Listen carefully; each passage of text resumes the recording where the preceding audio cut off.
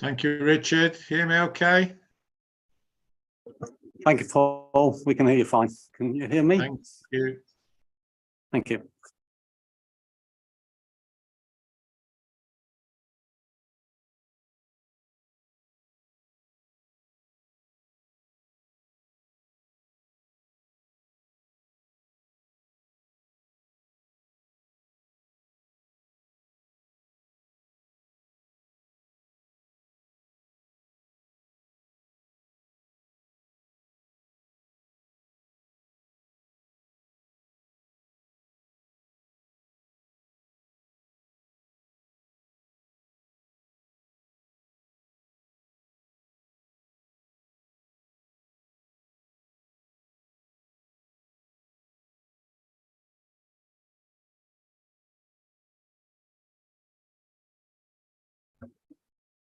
Good evening, everybody.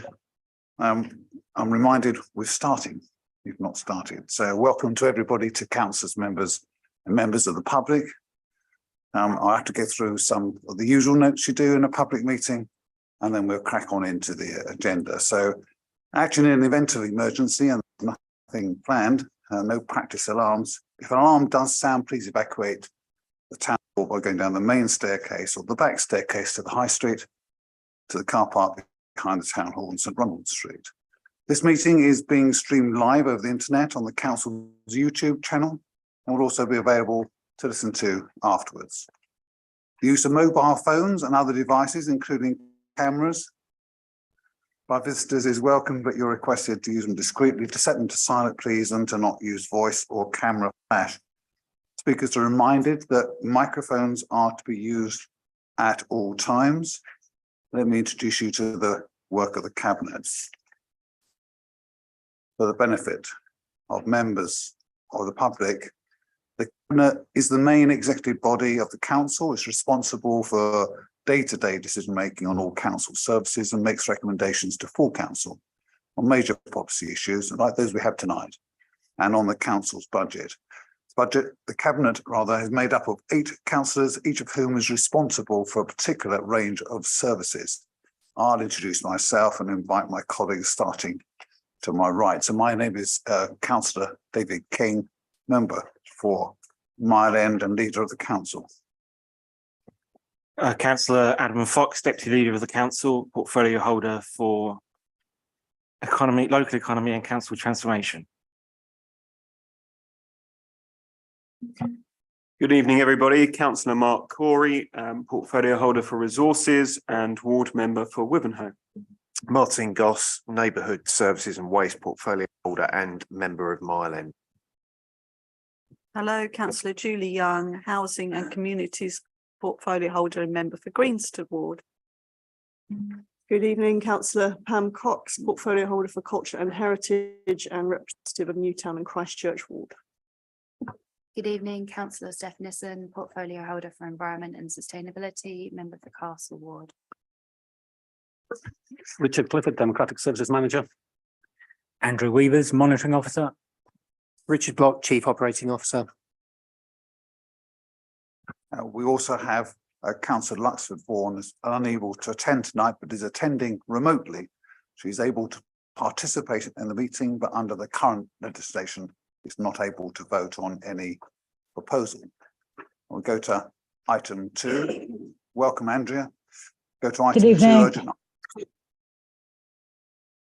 urgent items. I believe there are none. There are none, Chair. Item 3, declarations of interest. Can I invite Cabinet members, Mr. Goss and others, to declare if they've got any relevant interest in any of the issues on the agenda?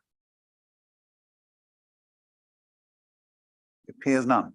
Item 4, minutes. I invite Cabinet to approve the minutes of the meeting of the 16th of November.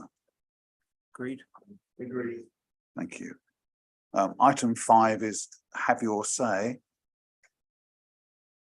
I understand Nick Chilvers. Nick, you're up first. You know the form well. Welcome as usual.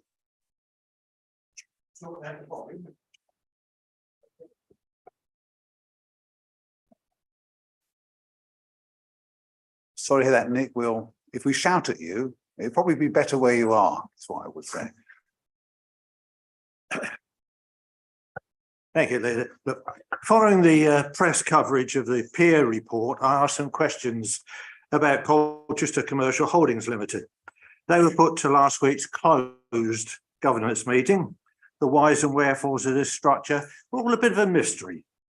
I've since looked at the report to the governance meeting, which was on a crowded agenda. I know the council is responding to the peer recommendations, undertaken a review.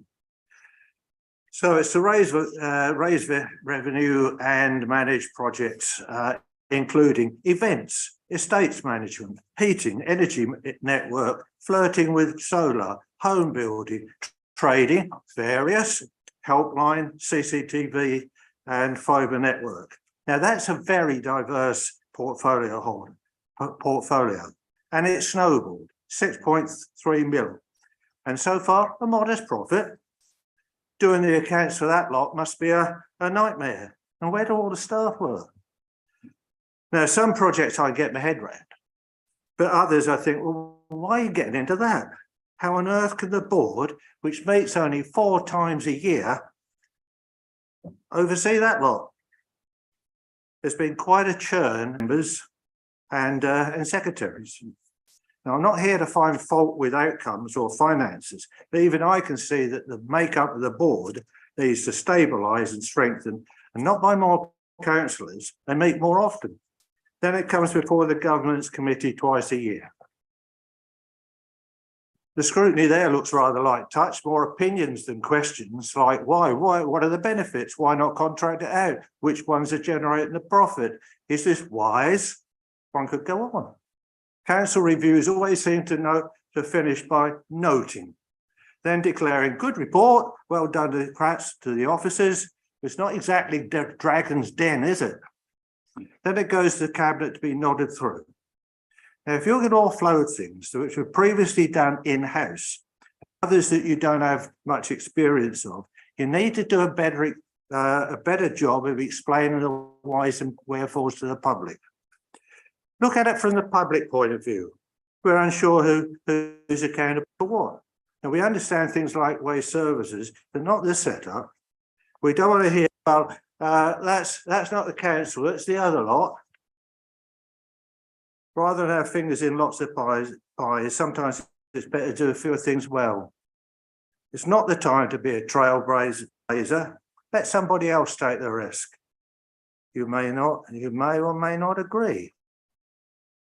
I'll leave that on the table at the moment and finish when I have my minute after your response. Thank you very much, Mr. Chilvers. Nick, that is a great set of points. And in some respects, they're at the heart of what we're looking at right now, which is role, efficiency, effectiveness, and the future of CCHL.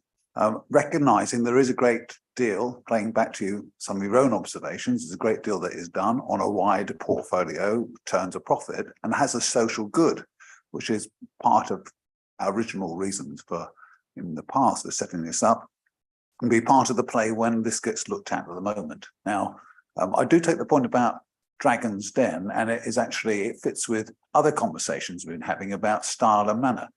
Now, we have a culture of collective respect, which takes issues through governance and scrutiny to cabinet to full council as needed. And you've been here enough times to know that process. I can tell you that it has real bite when it needs to. And some of the confidential sessions, which are where we should have, if we need it, a touch of Dragon's Den, are the places for that kind of challenge. And because it was confidential, you won't have, for example, seen that most recently. But I can tell you, there are some strong views and opinions, and they are absolutely properly some very robust. And I'll ask Councillor Fox to my right to offer his perspective, so we have a rounded view back to you. But it comes down to an assurance. The assurance is that CCHL cannot afford to be a distant cousin. It has to be an integral part of the council's ability to deliver and to secure income in a world where the latter is draining away year by year from government for all reasons we understand. Is a non-political point. It's just the reality. So we have to give good services, turn a penny. And if we can do that in a way that offers a advantage to the residents, whether it's in fantastic events or services or help and support, many of them highly subscribed, then in my view, without prejudging what the future will bring, that's what we should do. And as a cabinet, I know that's our position.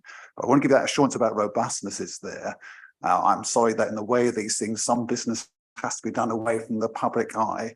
But I know that we will get to the point where we'll be as open as circumstances allow in giving an assurance about what the future will hold.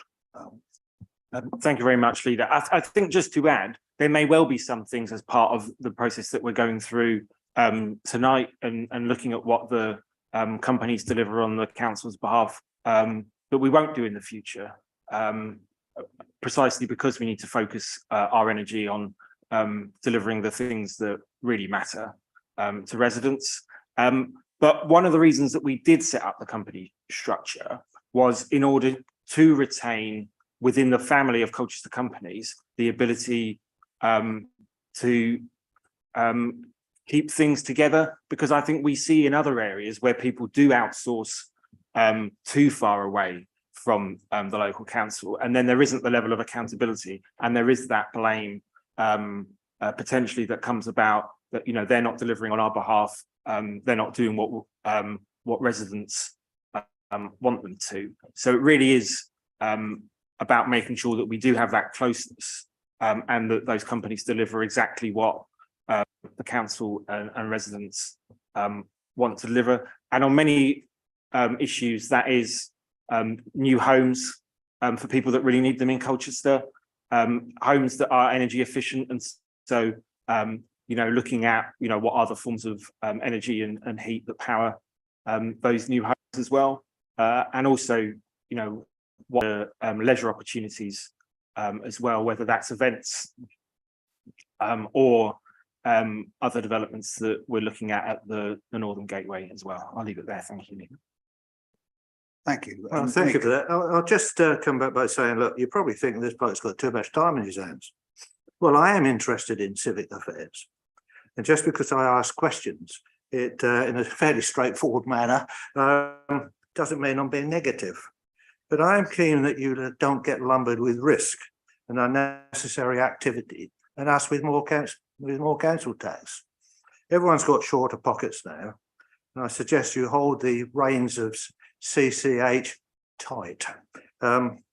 As for scrutiny, well, there's to the public seems to be an air of, well, to them it runs to the music of "Don't Rock the Boat," but I'll leave it there. Thank you. Thank you, Councillor Young. I just wanted to make a few comments, if I may, and I think you talked about this isn't the time to experiment, I guess, and be too risky. But I think, you know, as we've seen the government grant completely disappear for local councils, we've been forced down a road that is to be more enterprising, and that's really why the direction of travel has been taken. So we only get our money from business rates, council tax, if you rightly say, or by making money from fees and charges or being more enterprising. And I think, you know, the council has won awards for some of those enterprising projects we've been involved in terms of innovation. So I just wanted to sort of make that clear about the origins of why we've gone down that road. So long as it's not a case of jobs for the boys. Thank you. No, Nick, as you go, I'll just give you, if you can hear me back, you'll be fine. Let me just round this off. It absolutely isn't jobs for the boys. Right, that would be unethical. We don't do that. It's workload. This is as described, and what you say helps me understand how it could be seen. So there is a job of communication for us, which we absolutely accept. But I just want to give you that assurance. This is ethical. This is giving return to the council. It's employing people. There's no harm in that. It's developing the city and providing services to the city in a way that we believe we can support. But I take the point again about good comms. And what we're doing now is looking at the risks and challenges. So do take some assurance if you can. Thank you for coming to us. Mr. Orton, please. You also are very familiar with that microphone. I hope you are, Trevor. please make yourself at home. My memory's getting a little bit slack now, I must say. But I think I can work it out.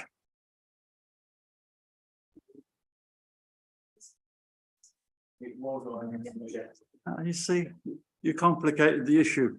Good evening, ladies and gentlemen. Can I make a point that before I speak, I'd like to emphasise that I am not a member of any party.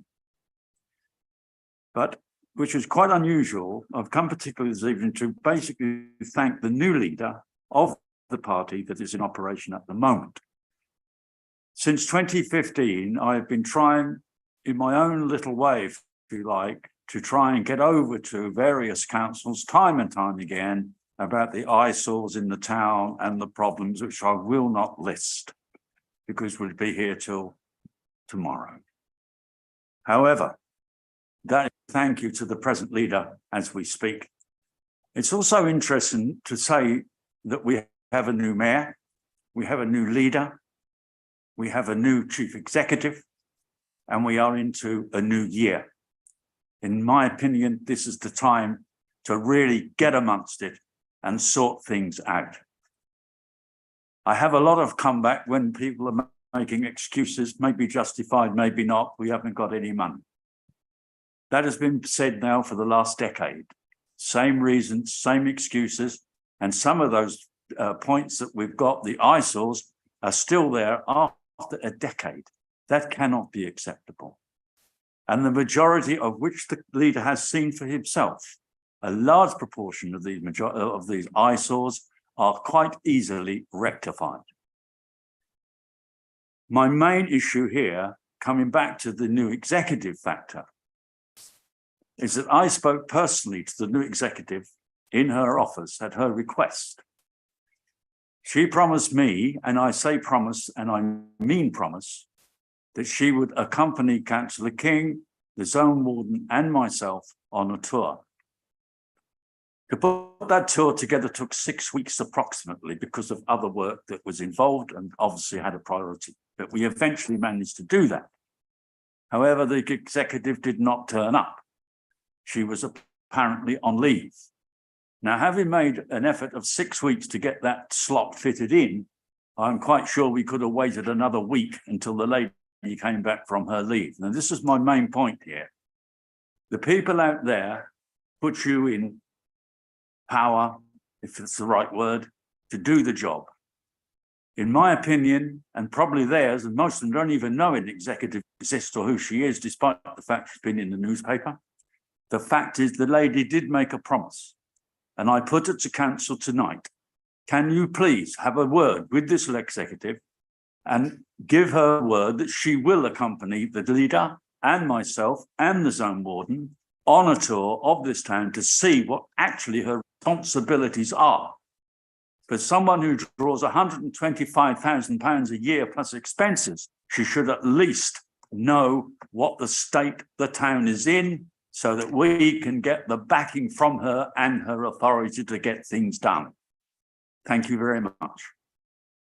Right. Thank you, Mr. Orton. Let me take it in reverse order. So I'll say what you know, that the chief executive has a huge array of responsibilities, of which one, and it is important, is the visible state of the city centre. She is, in our experience as a cabinet, I can speak for them, those who know her beyond this cabinet, she is hugely resourceful, dedicated, hardworking, and she absolutely stands a comparison with counterparts. You know, she, in short, she's earning her way. Now, she may or may not, I'll accept it as you've said it, Trevor, a promise that she's made. I know she'll care about that. I know that she'll be aware of this conversation here, and I know she'll follow through. Leave that with us. Go to your former point, which is about progress being made this year. Because we have so many small exchanges, and thank you for taking the time and trouble to let us know. I know that with some of those recurring issues or long old issues unaddressed are being worked through. Let me end with one last point of assurance and comfort for you, is that we will continue to welcome what you and other members of the public and members themselves will raise.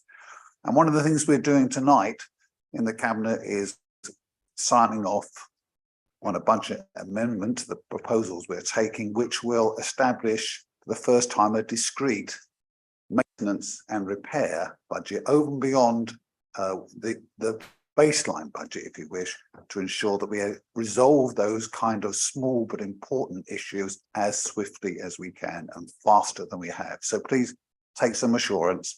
We hear you, we'll continue to do that, and we welcome you bringing your concerns to us. Thank you. Yeah, I think there's nothing more to be said. You've made your point. And I think the other thing that slightly bothers me is that the people out there that vote you in need to know what you're doing. Because at the moment, they don't even know there's a new council.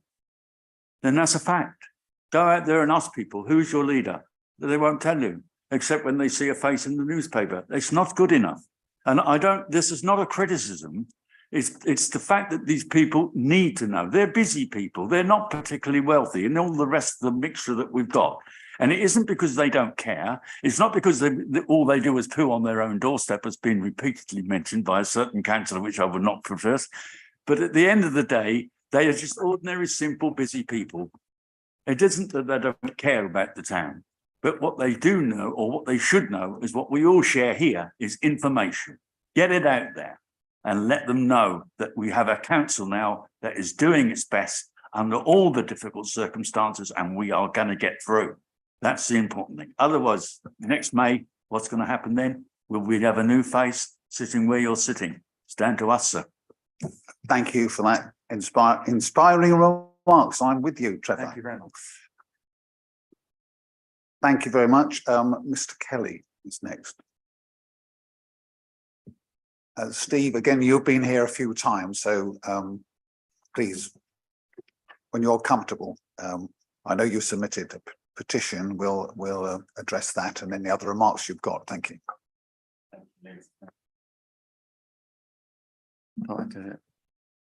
Can you hear me now? Thank you. Thank you, Leader. Thank you, councillors and officers. A few things have sparked my interest this evening. Somebody saying there's no time to experiment, and I think we're experimenting now with these gene therapies. I believe it is relevant to council because there are an excess deaths now up to 40% above the usual rate. Now, this was raised in Parliament by MP Andrew Bridgen. Also, I believe MP Esther McVeigh. Why isn't this being looked at? Why isn't this being investigated? That there are excess infant deaths, miscarriages, etc. You know, from my previous talks here, I try to be positive, actually suggesting things that do work, like vitamin D. It's so simple, you know, with so few side effects. It would reduce cancers, and a councillor here on my right was at the hustings, I believe, and noticing ivermectin. That again reduces it very, very cheap. It comes from the soil, literally dirt cheap. And this will have an effect on this council because with the excess deaths, increasing cancer deaths, increasing Alzheimer's, it's going to have a massive impact on social care and healthcare as a whole. And somebody somewhere, I've been here too often. I'm getting tired of this.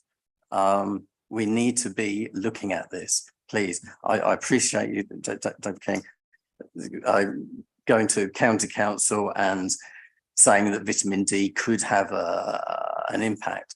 But where has that come from here? I mean, one councillor told me, oh, it's cheap, that people should be able to afford it themselves. But most people, somebody was saying about the previous speaker, it's about information. We need to get that information out to people so they can make an informed choice. And there's been so much information on both sides around these injections. And we need somebody in authority somewhere, and believe me, I've written to authorities, and I'm on my last hope. I really am. I'm sorry.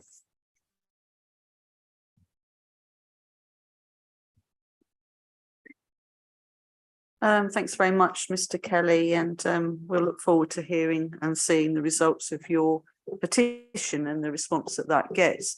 I just want to reassure you that the council's approach is very much data and evidence driven in terms of what we provide in terms of our health offer in Colchester. And we're doing a lot of work with the NHS in terms of working up the neighbourhood model, and we're working with academics at Essex University in terms of understanding a bit more the health needs of the community and what will actually work to support our residents here in the city.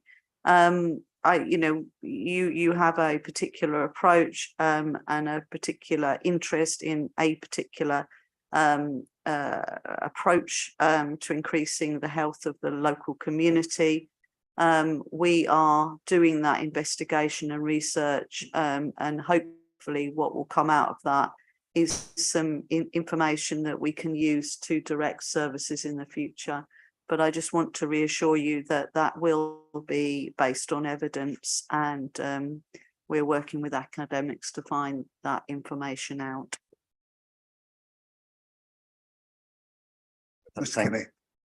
Thank you. I appreciate the response. Sadly, some of the scientific data and evidence has been following the money rather than actually the truth. There's data and evidence. The studies from Pfizer themselves have subsequently found to be fraudulent. They've been lying and manipulating. They've been using, absolute risk rather than relative risk, and little tricks like this. So initially, if you remember back in the beginning of the pandemic, they were saying, oh, it's 100% effective. Then it went down to about 95, then 90. And we're way below 50% now. And the latest research, I do study the research, we're down to negative efficacy. In other words, you're 7 times more likely to catch COVID if you've been boosted than if you haven't had any vaccinations whatsoever. Thank you very much, Steve, for all of that. I'll just say, as I've said to you before elsewhere, whilst we have collectively respect for anybody who devotes their time and energy to understanding better the world around them, our understanding, my personal understanding of the science is not as you described it. The efficacy for vaccines is extraordinarily detailed and comes from a huge variety of respected sources. So thank you for your remarks. We look forward to seeing the reaction to your petition, and the portfolio holder will pick that up. Thank you.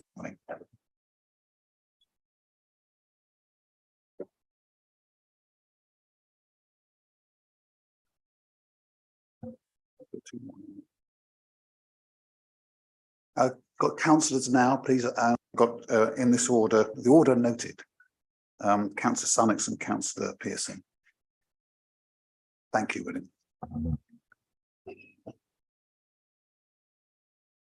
Good evening. I'm speaking as opposition spokesman on resources, and would like to say that we, as the opposition, are grateful to Councillor King for sharing difficult cost-cutting issues with us. Our cross-party cooperation, we feel, is the way forward, and we serve residents better when we work together. Sadly, this transparency doesn't, apologies for some of you who've heard this before, sadly, this transparency doesn't extend to hard facts and figures. We have pages of unanswered questions about the budget, which is to be approved by the Cabinet today. And very significantly, we still have no accounts. The last thing we have dates from March 2021, which is nearly 2 years ago. We're told that 22 accounts have been prepared and submitted for audit, so they only have to press the button. We've asked the coalition repeatedly and never received a coherent answer. They aggressively blame the auditors, but they know that all the audit delays have nothing to do with it. That's a different problem. They argue that other councillors are in the same boat. but all other North Essex councils have already published their March 2022 figures. Tendring, Braintree and Chelmsford, the three we've checked, they're all published. They promise that for the next, they promise accounts for the next governance and audit committee, but they've been promising that each month for the last 6 months, and we're running out of patience. They say that the rules don't require publication, but we've read them carefully and think that 30th of November was the deadline. We as a council are in breach of our statutory obligations. I just can't think why the coalition doesn't insist on publication. Withholding them undermines the Cabinet's commitment to transparency. Perhaps they think they aren't important, but we beg to differ. Accounts are a cornerstone and highly relevant to this budget. There may be much needed cost savings and risk reduction from improving the treasury management strategy. We can't say for sure because we haven't seen a balance sheet of any sort for nearly 2 years. We certainly shouldn't be approving the treasury management statement in Appendix C of the budget today, in my view. But I don't think anyone's trying to hide anything. But we just don't know because we haven't seen anything.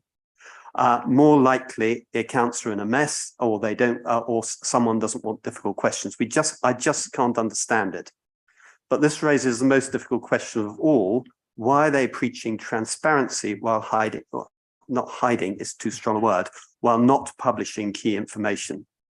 We've said this privately for some weeks, and now we're saying it publicly. For goodness sake, can't we just press that button? Councillor Corey. Can I just make something clear, Councillor Sunnox? The accounts you're talking about, the accounts of the administration of your party from last year. So if there's anything that you feel was untoward, then please let us know. This is not, and should, by coming here and saying it in this way, makes it seem as this council is doing something wrong under this administration. It is not. I mean, I've sat and passed 6 budgets, either as portfolio holder or as leader.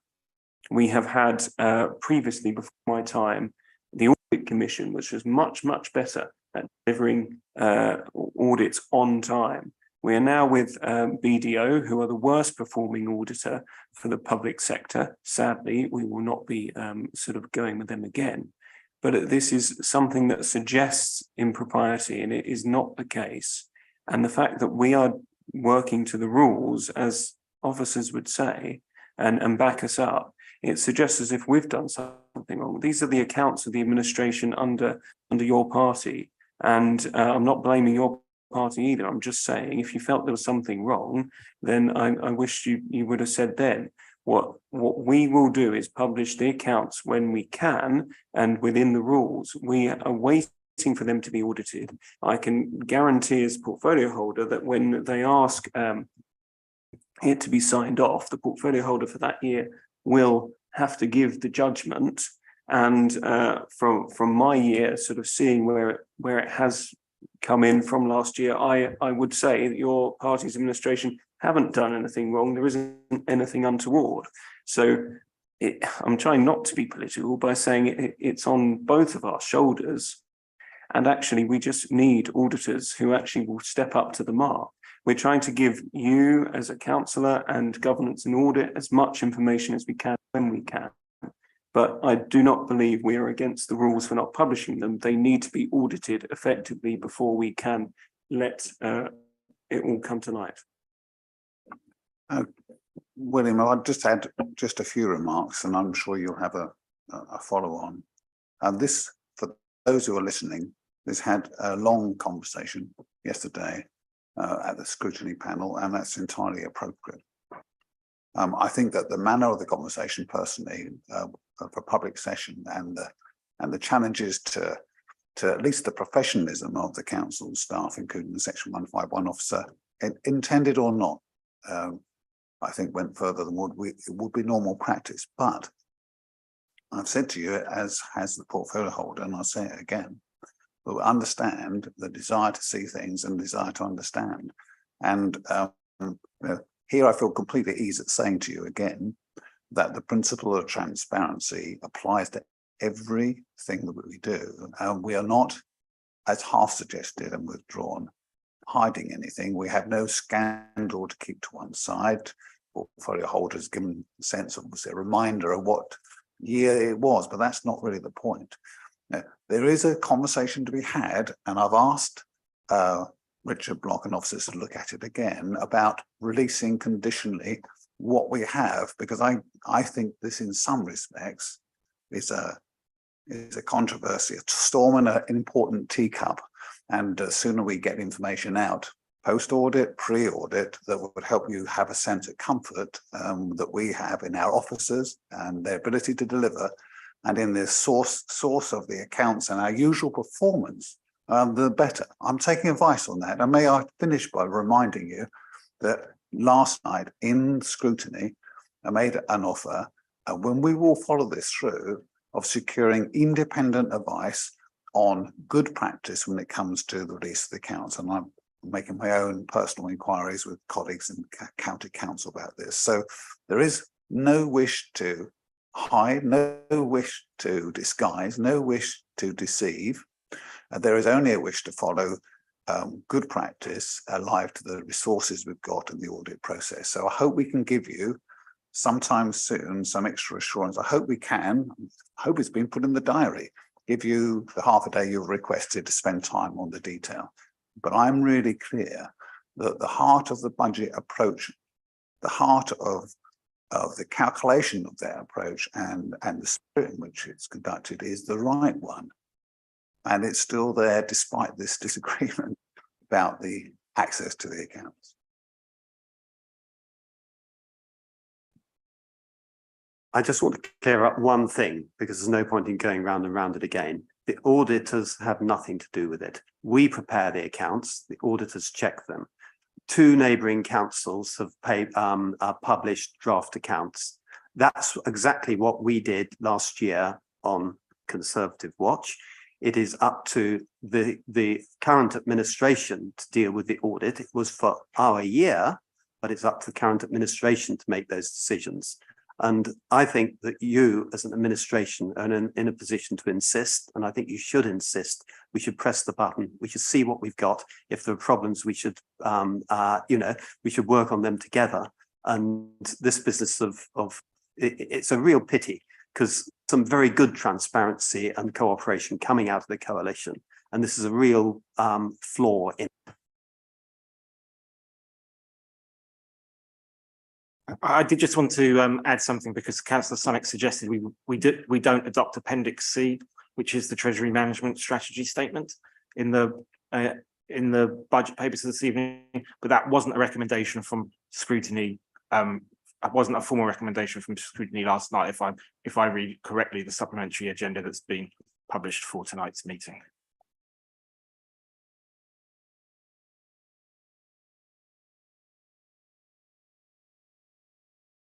Councillor Pearson.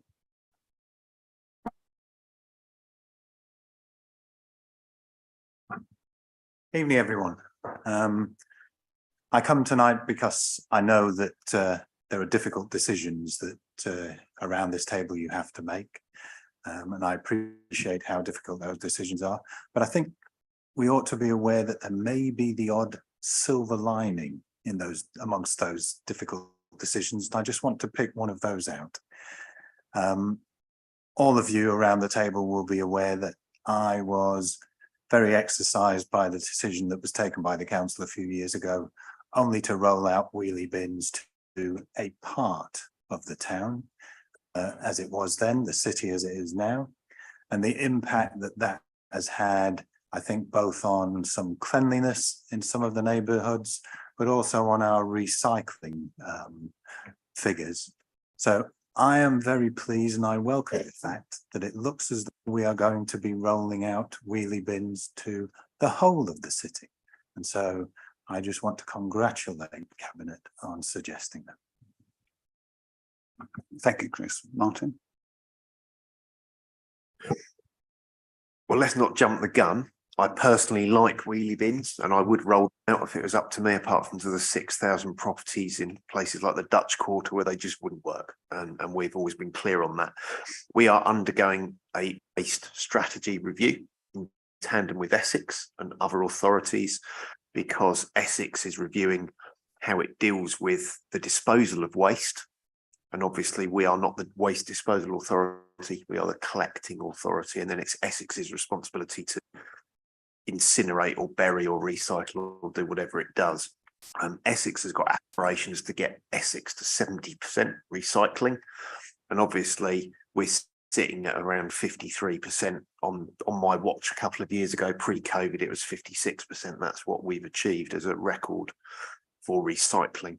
So yes, we are looking at the mechanism of collection as well as the materials and everything from root to branch around that. And obviously the consideration of how we collect, including recycling, will be looked at, but there is no conclusion yet. We need to allow that work to happen, and then it will publish its recommendations in the summer. But personal view, personally, I do like wheelie bins. And yes, in those areas where they exist, having litter picked 6 days a week for many years, I know what neighbourhoods look like in different areas. And yeah, absolutely, wheelie bins do make them cleaner. So absolutely agree. Thank you, Chris. Thank you, Councillor Goss. And I'm sure that the review will come out with the right decision. The other thing that I just wanted to add as well is that by making our collection mostly wheelie bin, and I accept that there are some parts of the city where that won't be possible, but for the majority it should be. We also reduce the health risks to our staff who we know from time to time have serious sufferings because of the way in which we collect without using wheelie bins. Thank you. Thank you very much.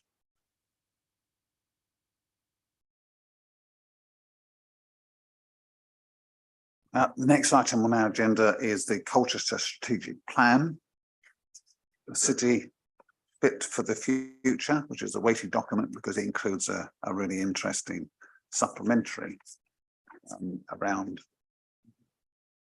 the assessment and the collection of views by consultation. And we'll get to that in just a moment. But I see that we've got Councillor Leslie Scott-Butel here. Leslie, would you like to speak now or after the introduction? Please come on up and warm us up. That doesn't sound right now, I've said it.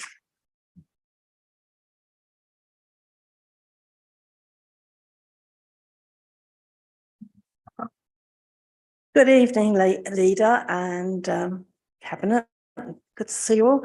I just wanted to say, I'm blasting my head off here with this, I'm very loud talking to myself, so sorry. I just wanted to say I appreciate the work and the weight that has been given to engaging our residents in help forming the strategic plan. You know, where I come and Councillor Pearson come from on policy, it's all about transparency, it's all about engagement, and it's all about bringing the people with us, listening to them, really listening to them. And that's what's been happening. And I'd also like to thank the Cabinet members who have attended policy, because it's made my job very easy at times. I don't have to make recommendations because the people are there and it's all minuted. So that's fabulous. So I just wanted to say, really, thank you for listening. Thank you for the work that has been done. And there's been a phenomenal amount of work. And there's also been a good amount of engagement.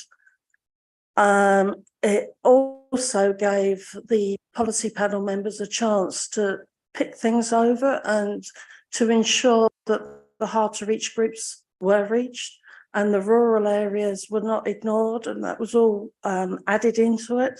So that's really all I've got to say about the strategic plan, and I look to see it developing with the wishes that the people have told us that they want, basically. Thank you.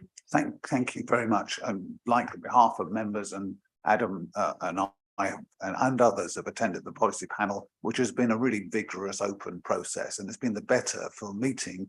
And it is, back to the earlier conversations, it is the best of the administration that, together with our counterparts and other political leaders, council laws amongst them, we have set a style which was to accept that the way the balance is in this place, and what the right thing to do is to engage, then act, and then to carry forward together. And the contribution the policy panel has made, and Councillor Pearson is behind you as one of those members, and it's a really good mix. My eye listening and looking to you has been that test and challenge, and that contribution on this and other subjects has been really helpful. And you've illustrated it by reminding us of the reactions to the really intense consultation work, but its limitations, and how those limitations were addressed in the way that you've described them. So we'll pass back to you and to the panel, if we may, our thanks for the contribution to the final stages of the strategic plans formation. And we look forward to the test again at the policy panel. That's how we'll keep ourselves close to the public, and I hope close to members across all parties. So thank you very much indeed. Thank you. Cabinet members, a brief reminder of the plan and for the public. This sets the framework within which yearly plans will set out what we do. The key objectives are similar to before, from climate change to heritage and culture, but recognising the independent advice of the LGA, the difference to the past is going to be that instead of a long list of worthy and honourable objectives within that plan, this is a framework to which will be added a yearly delivery plan tied as close as we can make to the budget, the resource allocations that will enable individual objectives to be met. So there is a difference. In that sense, it's intended to ensure that we hold ourselves to account, and can be, while still setting out a degree of vision and ambition in a way that has wide support. There is one particular objective added beyond those we've had before, and that's entitled Delivering Modern Services to a Modern City. And there's illustrations there, but one is a real fundamental, that we cannot do that unless we change how we work, and unless we can ensure we've got financial discipline and we can balance our budgets in the longer term. So it's a more rounded and more realistic strategic plan, but I hope that we can continue to gain the support we wish for it across the chamber. Councillor Corey.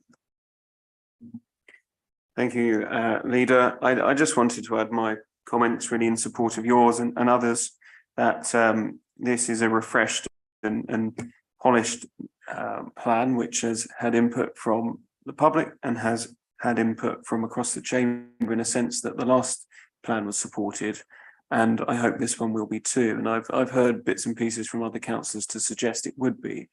And I do think you're right, we need to understand the transformation process that's going on, and therefore with the city status, we will be a modern city with modern services.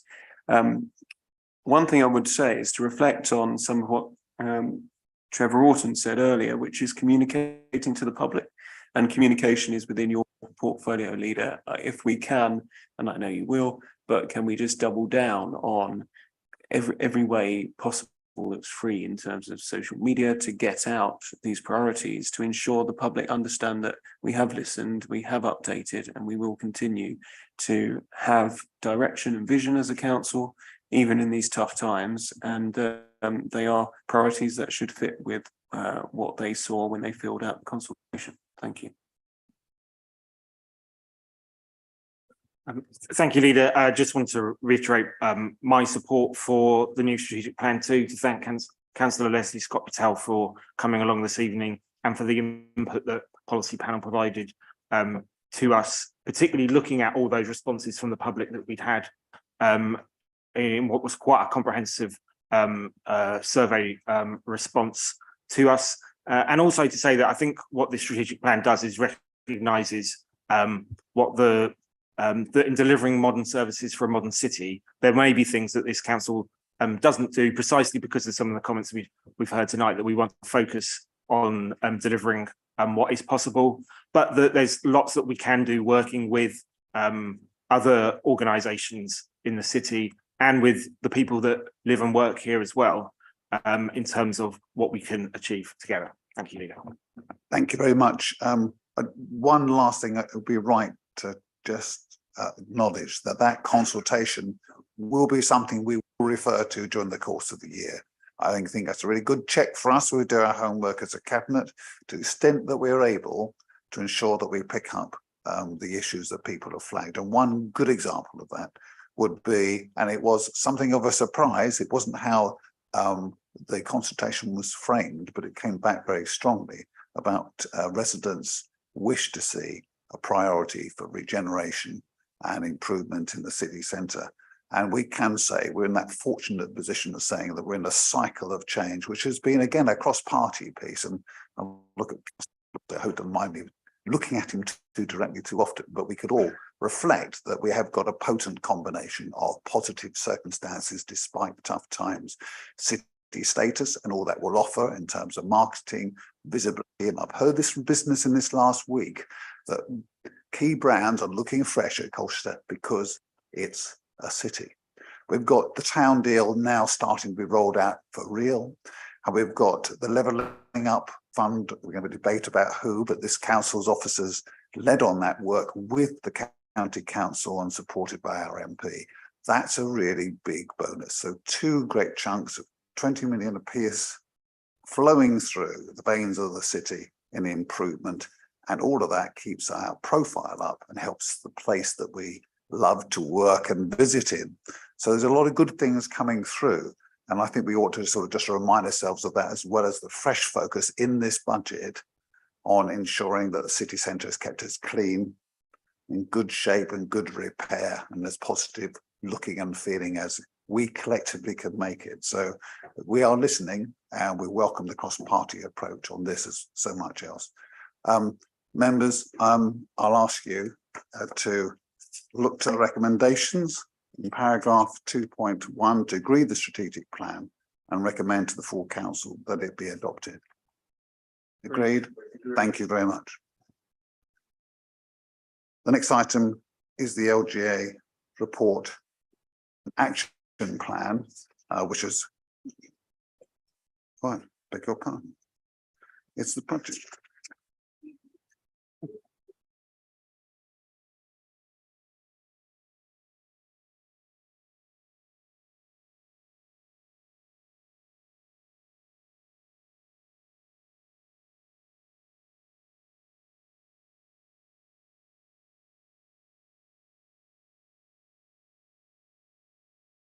Right, back on track, he says. Budget. And they'll teach us to move around things on the agenda. Now, there's been a lot of that, and I have to say, in the last few days, right? To the budget. Councillor Coy, allow me to make a few remarks on our collective behalf, and then we'll go to you to add some detail. And at that point, you might, at some point, you might want to talk to the amendment that reflects the conversations we've been having with members and our listening to the scrutiny panel yesterday. So it's right and worthy to say the obvious that this has been a really it's been a really tough process, building a position over some months, helped by member workshops with proposals tested and improved in conversations with former leaders. Three principles have guided us. We would face up now and take the decisions needed to ensure the long-term financial stability of the council. We would do our very best to protect those services that residents say that they need and which we believe they value most, including help to those most at risk from the cost of living crisis. And thirdly, to recognise that the best decisions are made by working with others. Choices that have been made have been difficult for officers and have been difficult for members and for this cabinet, but they have to be made. The alternatives have been tested, and they're few, as we discussed at the scrutiny panel last night. One would be close Leisure World and avoid charging for garden waste, but we're not going to do that. There will be no support for that, rightly, given the implications for health and well-being and for social cohesion. Yeah, we could just turn our eyes to this, away from this, and just trust that things will get better. But to do that would mean that we'll work through our reserves.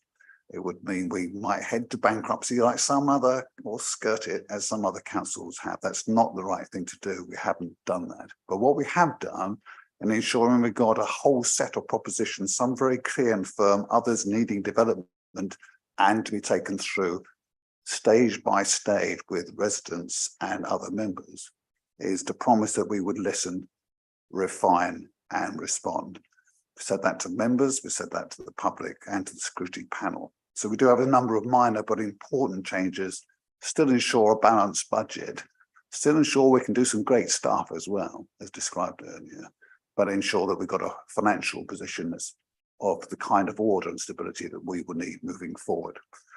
That's my start of 10. I'll head over to you, Mark. Where you go. Thank you, Leader. Stability is also the word I've focused on really with this budget. But I wanted to just give some context as well. I think we all understand we are in a difficult place economically at a macro level, and that affects us as a council, affects us as individuals and residents in this city and borough. So I wanted to acknowledge that as portfolio holder for resources now and previously, I have passed budgets, and this has been one of the most open yet one of the most challenging experiences for the organisation, for officers, for councillors to understand how, with such difficult economic headwinds, we ensure stability and survival to an extent when other councils are unable to do so. We have always been well run financially, as well as in terms of the skills and the services that this council has. And we want to maintain that, but we will face tough decisions. We will have to do less. We are affected by the negative impacts of Brexit. However you voted, most people understand we are severely under-resourced in certain areas. The impacts of cost rises and getting different parts, for example, even for our lift into the town hall, have been delayed, and that adds to cost. COVID has added an enormous shadow over resources, the health clearly of our communities, and again, delays in getting things done. The mini budget under the Truss government has caused further economic sort of impacts and ripples that have further seen sort of inflation go beyond what we would have been able to manage earlier in this year. And the inflation that continues with energy prices and other sort of key elements within the economy that this council has to procure or has to rely on others to procure to run services. So all of that in terms of the macroeconomics puts us in a very difficult position. We have a multi-million pound budget that we have to set, and we have to ensure it is balanced, and that's the difficult process we've been going through.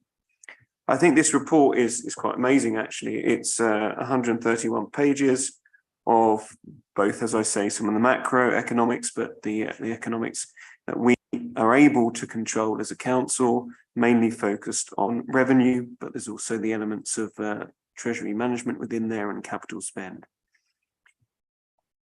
This has been through a process as open as we can be in terms of local government finance.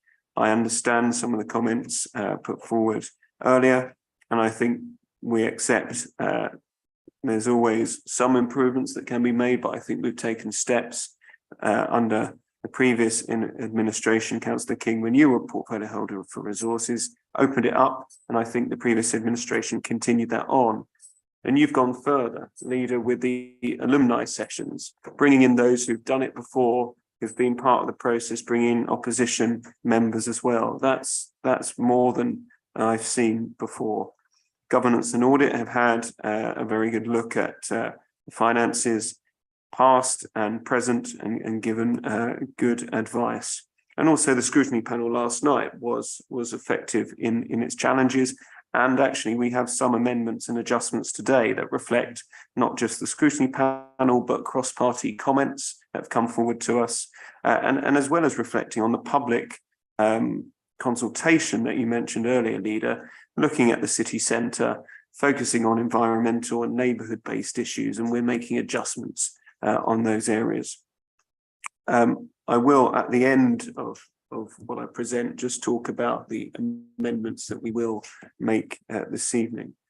Just going forward, it is about stability, and Mr. Chu has talked about reducing risk.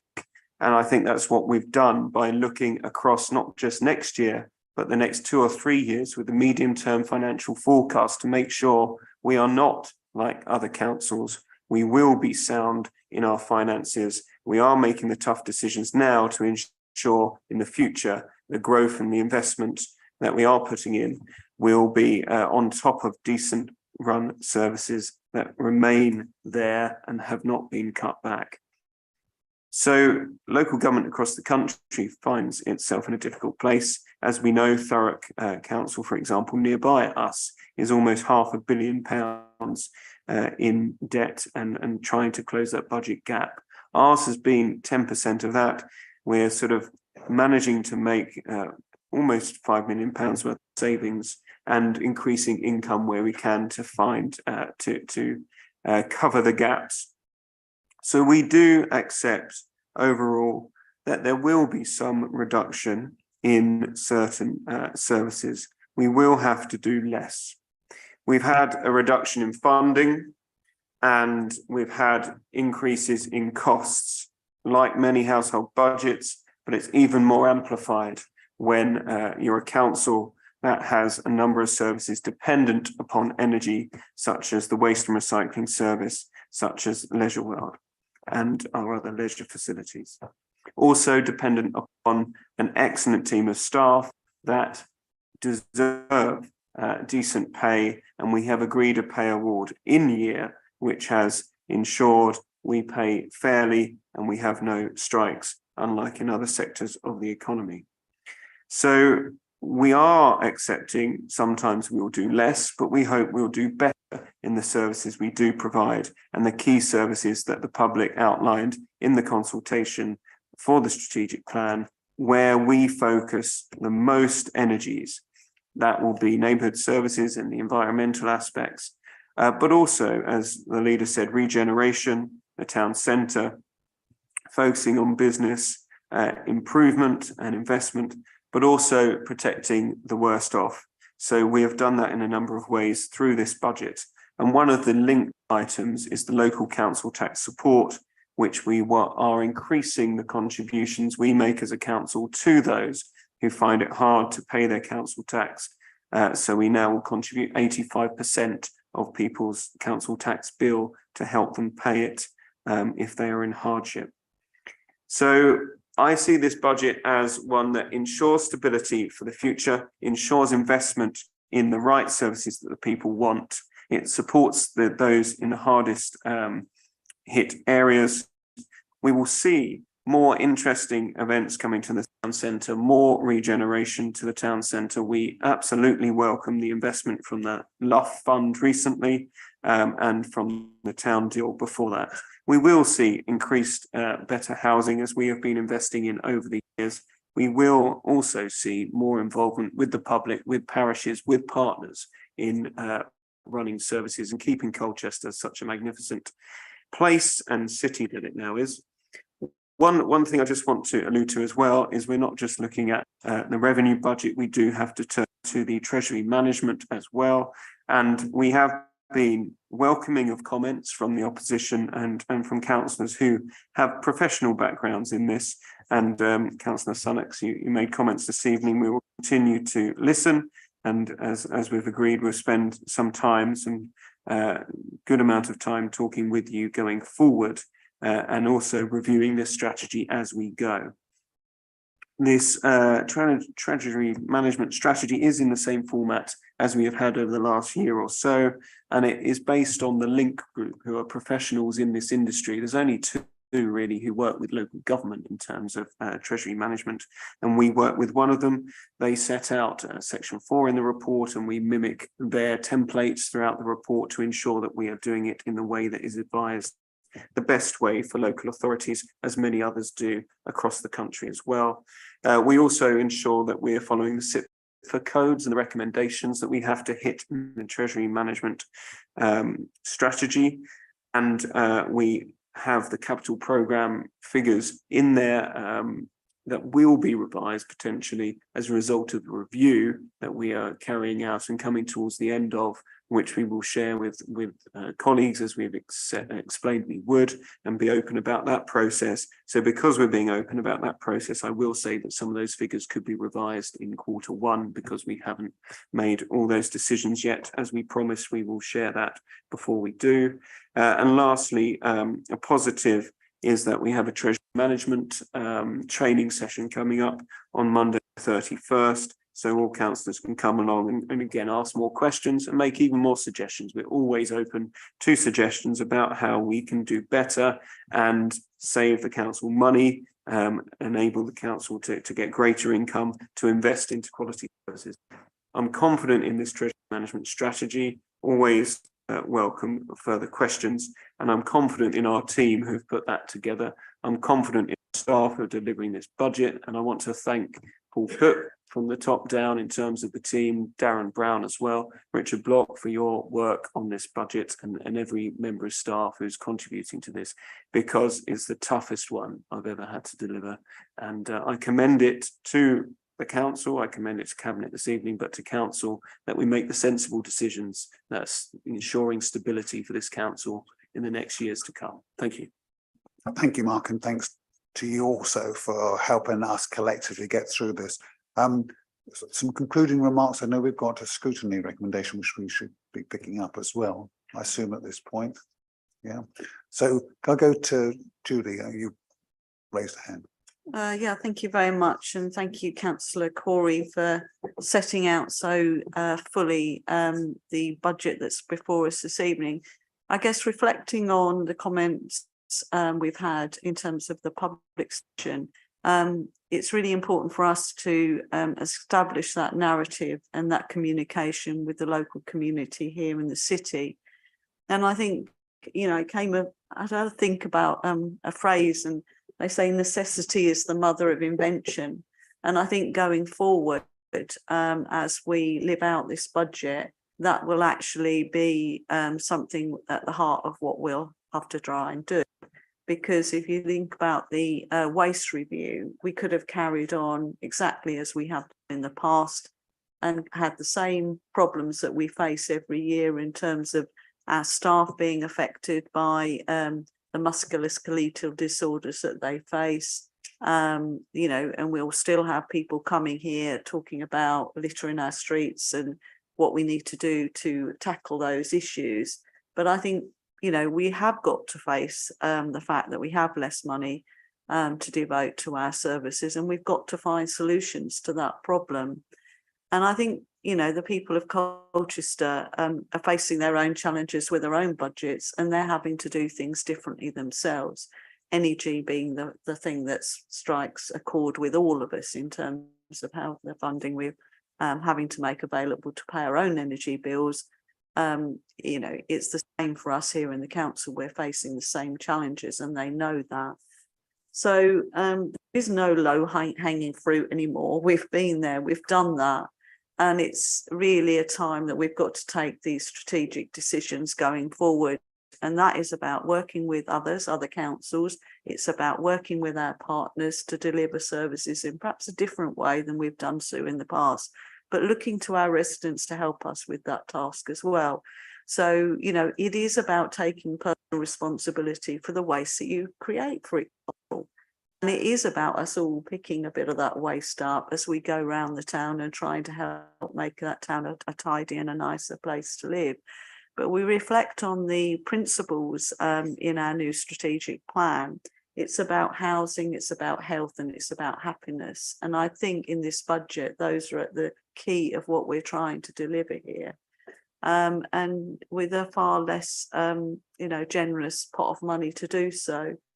As I say, I think necessity is the mother invention, and that will be our guiding principles of the year ahead. Thank you very much, Pam. Thank you. Just wanted to make some brief remarks. It has certainly been a very challenging process and in a very challenging national climate as well. I found it very positive to have the breadth of experience around the table, and involving the alumni, I think was a very interesting approach to this, and it was a very open way of working, and similarly involved, open talks with trade unions around questions of pay. So the net was cast very widely in consulting around the challenges we face. And I think colleagues and former colleagues gave of their time very generously. And I would also just like to pay tribute to Pam Donnelly, who I think has led officers through a very thorough review and transformation of council services, which she would have done anyway, I think, regardless of the challenges posed by this budget. And I think that does put us in good shape to deliver modern services for a modern city. So I also absolutely support what is a very challenging budget. Thank you very much. If there's no immediate speakers, final call when we come back to Mark, then I'll go to visiting councillors, if I may, and then we'll come back for perhaps then Adam. So could I, in the order that I've got them, the esteemed chair of the scrutiny panel, Councillor Willits. Dennis, please.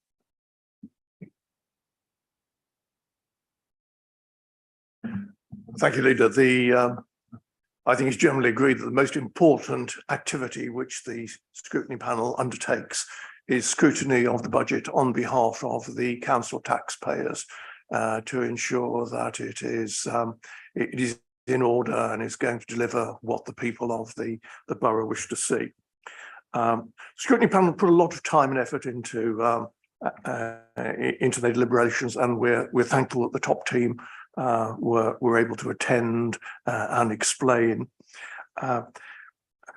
In producing the recommendations, which we have to do in a great hurry with scrutiny panels yesterday, we try to filter out all those really technical issues from Cabinet. They need addressing, but quite often they can be addressed offline. So there are a set of resolutions which are jolly interesting if you're a scrutineer, but I'm not going to go through them. This evening, I'll go straight on to the recommendations, with one exception, and that was, as you probably gathered, there is a difference of opinion at an amateur level in my case, and at a professional level in other cases, about the Treasury management statement. And one of the critical questions is whether you can have a Treasury management strategy which is doesn't have the balance sheet as its foundation. I don't know whether that's right. I don't know whether that's wrong. You can argue it either way. However, the leader was delighted us by saying that he would commission an independent and external review by CITFA of the way the Treasury management strategy and the management function is prepared. I presume it will just be a light touch, because this is not something which requires an amazing drains up. It's just I think a question of approach and style, and particularly the question of where does it start at the balance sheet, or does it start with the borrowings? Can I welcome that decision by you, Leader? Because I think it will diffuse much of the heat around this argument about the balance sheet not being issued, and whether the Treasury management is then built on a solid foundation. But turning to the actual recommendations that the scrutiny panel made, the first was, as one would expect, the scrutiny panel has confidence in the budget report as provided to it for consideration. Now, of course, we try to scrutinise from a politically impartial view. We all have our own political views, and we try to keep them off the agenda, but we all have them. And putting those aside, we were of the view that this is a well-prepared budget. It certainly meets the strategic objective of being a balanced budget, zero sum of the expenditure and the income. In broad terms, it follows the priorities of the strategic strategic plan, and that is something which we have had debate about, the extent to which there should be linkage between the strategic plan and the budget, and I think that comes up in a later item. And we were of the view that there is clarity in its intentions and its desired outcomes. So from the scrutiny panel point of view, it meets all the tick boxes on what is a well-prepared, good budget, although there will be political dissension around the edges. However, there were 4 points which the panel particularly wanted drawn to your attention, Leader. The first was really concerned with equality and safety matters. There was concern that the equality impact assessments on matters such as levying of flat fees on garden waste collections and its potential impact perhaps on differing ethnic communities had not been properly considered. And the scrutiny panel recommends that there should be a sort of tightening up of the way those assessments, the quality assessments, are carried out, and also continuing with the matter of sort of safety and equality. We were rather concerned with the recommendation that in future there should be a reduction in costs associated with waste collection kit. And perhaps any containers could be used. We felt that this was going diametrically opposed to what Councillor Pearson was saying earlier on, and that there needs to perhaps be another look, and we should be going the other way. We should have standardisation of the containers to ensure that they're fit for purpose and they protect our stuff. So we could see the need for savings to be made, but we just questioned that and asked that you look at it again. The next was concerned with the training and the understanding of the use of reserves in the context of treasury management. We were unable really to discern whether the treasury management statement supported the budget or whether the financial principles were divergent without the existence of the balance sheet. And there were concerns about the way reserves have been used. I mean, if one summarises the budget in very crude and simple language, there were in paragraph, or sorry, table D5, item 10, there was £10 million of cost pressure. There were then £4 million in table D4 of savings, and this left £6 million to be used from reserves to square off the budget. But we couldn't really understand from the table G how this £6 million within the balances had been chosen. There was a sort of lack of clarity there. And we would like these issues to be addressed in training so that it may be a lack of understanding on the part of the scrutiny panel and the members, or it may well be that there needs to be a schema which shows how reserves are to be used in hard times, how the priorities are set according to particular circumstances. So that was recommendation C on the agenda, that we need better training on those issues, if only to make the scrutiny panel's recommendations clearer and more well-rounded. Recommendation D from the panel concerns the assumptions made in regard to one of the principal items of cost saving by charging for garden waste and the various assumptions that went round. And here we identified conflicting policy objectives in the formulation of the budget. On the one hand, there is the proposal that significant savings should be made, small at first in the first year, but certainly ramping up to a very considerable saving over several years by charging for garden waste. Then a further proposal was that there should be reductions in the neighbourhood services team. And there were expressions in quite graphical terms by members of the panel about what would happen If people start putting their garden waste in their black bags and the recycling goes down because more's going to landfill, they may well start throwing their waste into ditches or onto council land. And there was a really startling description of what would happen in Old Heath if it was covered by a pall of smoke of people burning their waste, garden waste, which they were not prepared to pay for. Now, we were of the opinion that most people are going to take on board the offer that the council is making on garden waste because it's not particularly expensive and it will serve a purpose, although there may be sort of political reasons why it isn't supported widely, and there may be inertia on the part of the residents of the borough to sign up for the scheme. But what is clear is that aspects of that policy may require additional neighbourhood services to ensure that waste is disposed of, particularly garden waste, properly. And there may be a need for additional enforcement officer time to identify who is burning their waste and being very antisocial, if that is what happens. And we just felt that those aspects of one of the principal planks of the budget had not been clearly thought through, and there was going to be interaction there.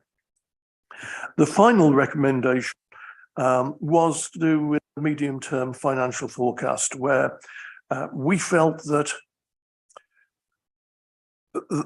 not enough thought had been given to pay settlements in future years, where this year's pay settlement is perhaps manageable in terms of building on the additional that has been offered for this year's forecast, but to assume 3% in 24 and 25 and 2% in years thereafter, we felt was being optimistic in the extreme.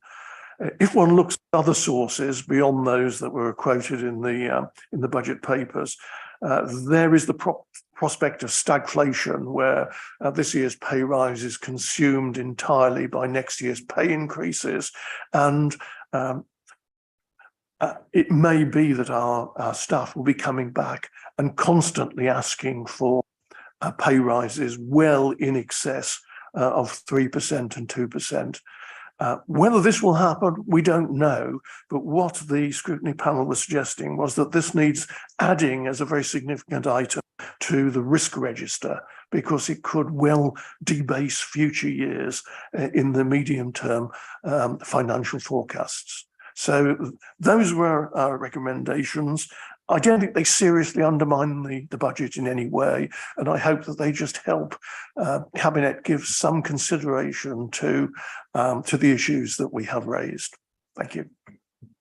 Thank you very much indeed, Dennis. You chaired a challenging, robust, I think is the phrase we use, session last night with real skill, and where we got to the setting aside the Treasury management issue, in which you've acknowledged that the panel were content with the approach to go to SIPFA. I think it'll just help, as you say, to diffuse and give us some clarity on here, and we'll do the learning we need to, if we do need to do the learning. So I don't want to rerun the conversation we had last night. We haven't got 3.5 hours extra for that. But this note and your commentary, from my perspective, and I look to colleagues who were there, really does capture the spirit of that conversation as well as the conclusions. It's great to hear your and the panel's confidence in the soundness of the budget in the round. And you played back to us in some depth a commentary which we will take into account. We made that commitment last night because we actually got to a point of understanding, didn't we, between us? And I think I'll say no more than we get to the adjustments to budget, which we were talking about last night. You will see that some of those connections are clearer.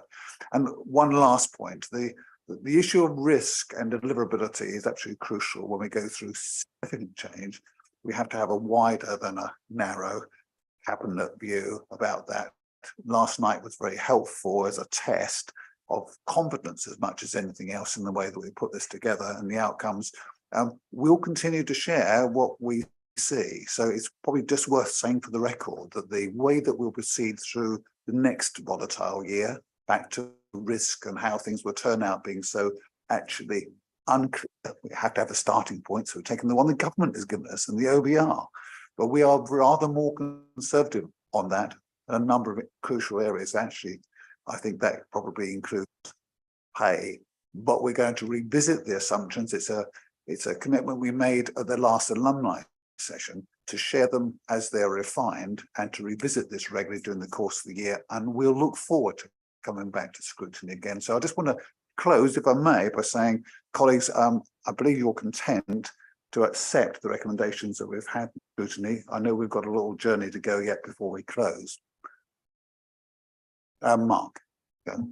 Sorry, I'll try to be quick, but I really welcome Councillor Willett's coming and just verbalising the sort of summary of last night. It was a really good meeting. You're right, it's robust, it was challenging, but I've never felt so confident and comfortable with the challenge, and that we're actually meeting them pretty quickly.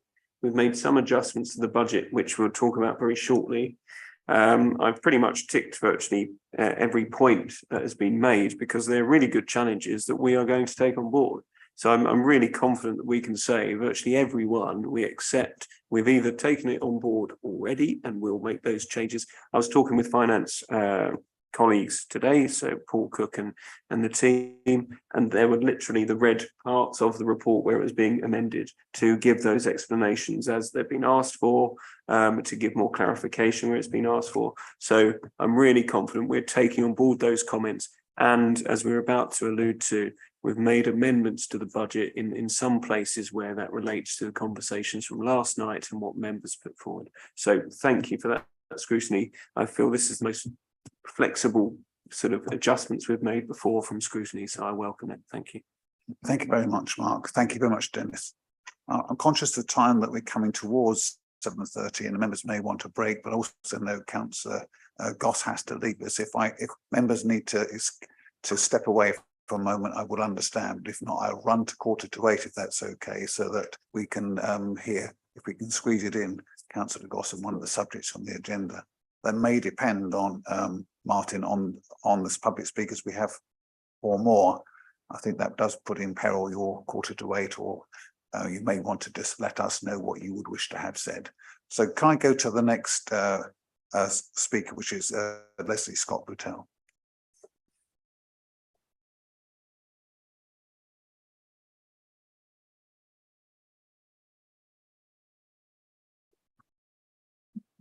Thank you.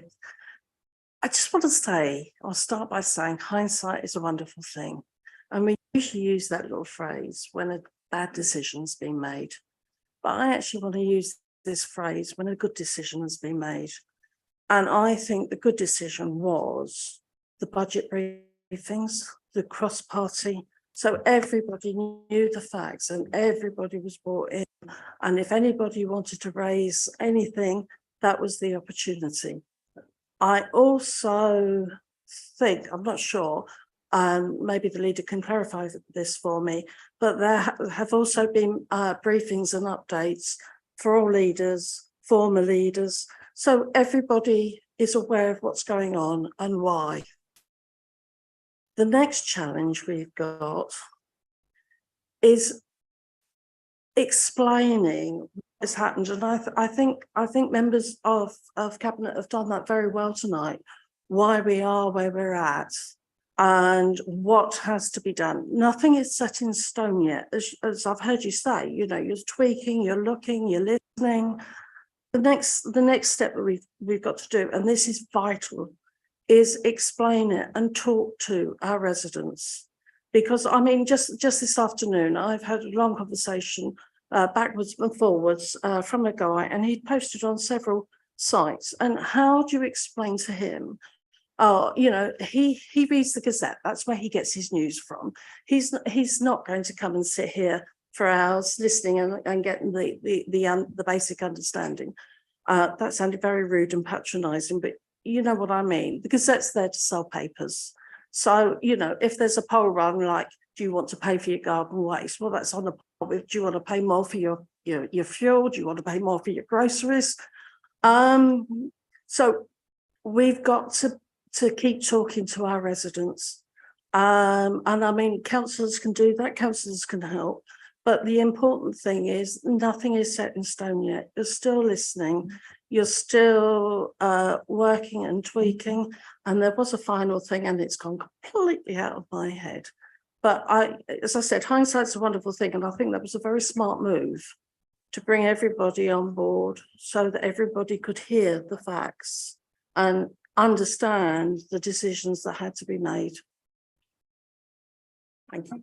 Thank you very much, Leslie. If I reply forward, but if that's briefly, given the mindful of other speakers, to just say thank you very much for staying on and giving those observations. You make a really cogent point, and a number of us have spoken about the value of the cross-working, but explaining this, that's a huge challenge. You know, those of us in this room, that end or this, have to go back and look at things and dig into the details. That's why we've got a strong officer team in the background. That's why we divide up the responsibilities across the council, so that we have work in depth.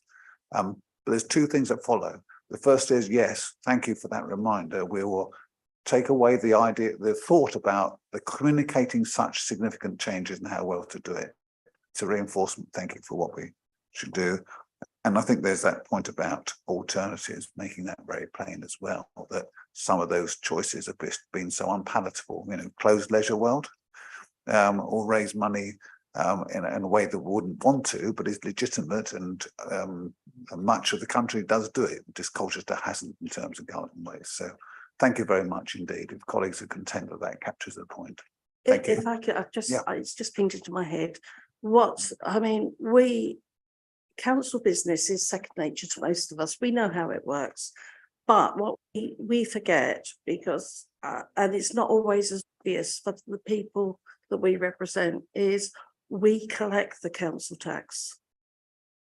All the council tax that is taken is not ours, you know, and again, I think that is a message that needs to be reinforced, because other authorities are going to have to make difficult decisions. So again, that was my final point. So thank you. Thank you very much. Well said. Thank you. Very helpful. Councillor Sommers, William. I'm very happy. Chair, this won't be on the recording, so if Councillor Sonics wants to make the point. Please, William, thank you. I want to make a simple point that I don't want to make a point. Dennis summarised it all very well. Thanks. Thank you too. That's great. Councillor Darius Laws. Darius, please. Try and be brief. You've got a really unenviable task here, producing a balanced budget in a context of some really difficult scenarios. I heard reference to former Prime Minister Liz Truss earlier. I didn't vote for her, but I didn't hear reference to Putin's barbaric war in Ukraine, which is probably one of the main reasons we're suffering the inflation that we are at the moment, and we have obviously demand pull and cost push inflation. Slavia, Ukraine, it's a disaster. It is terrible.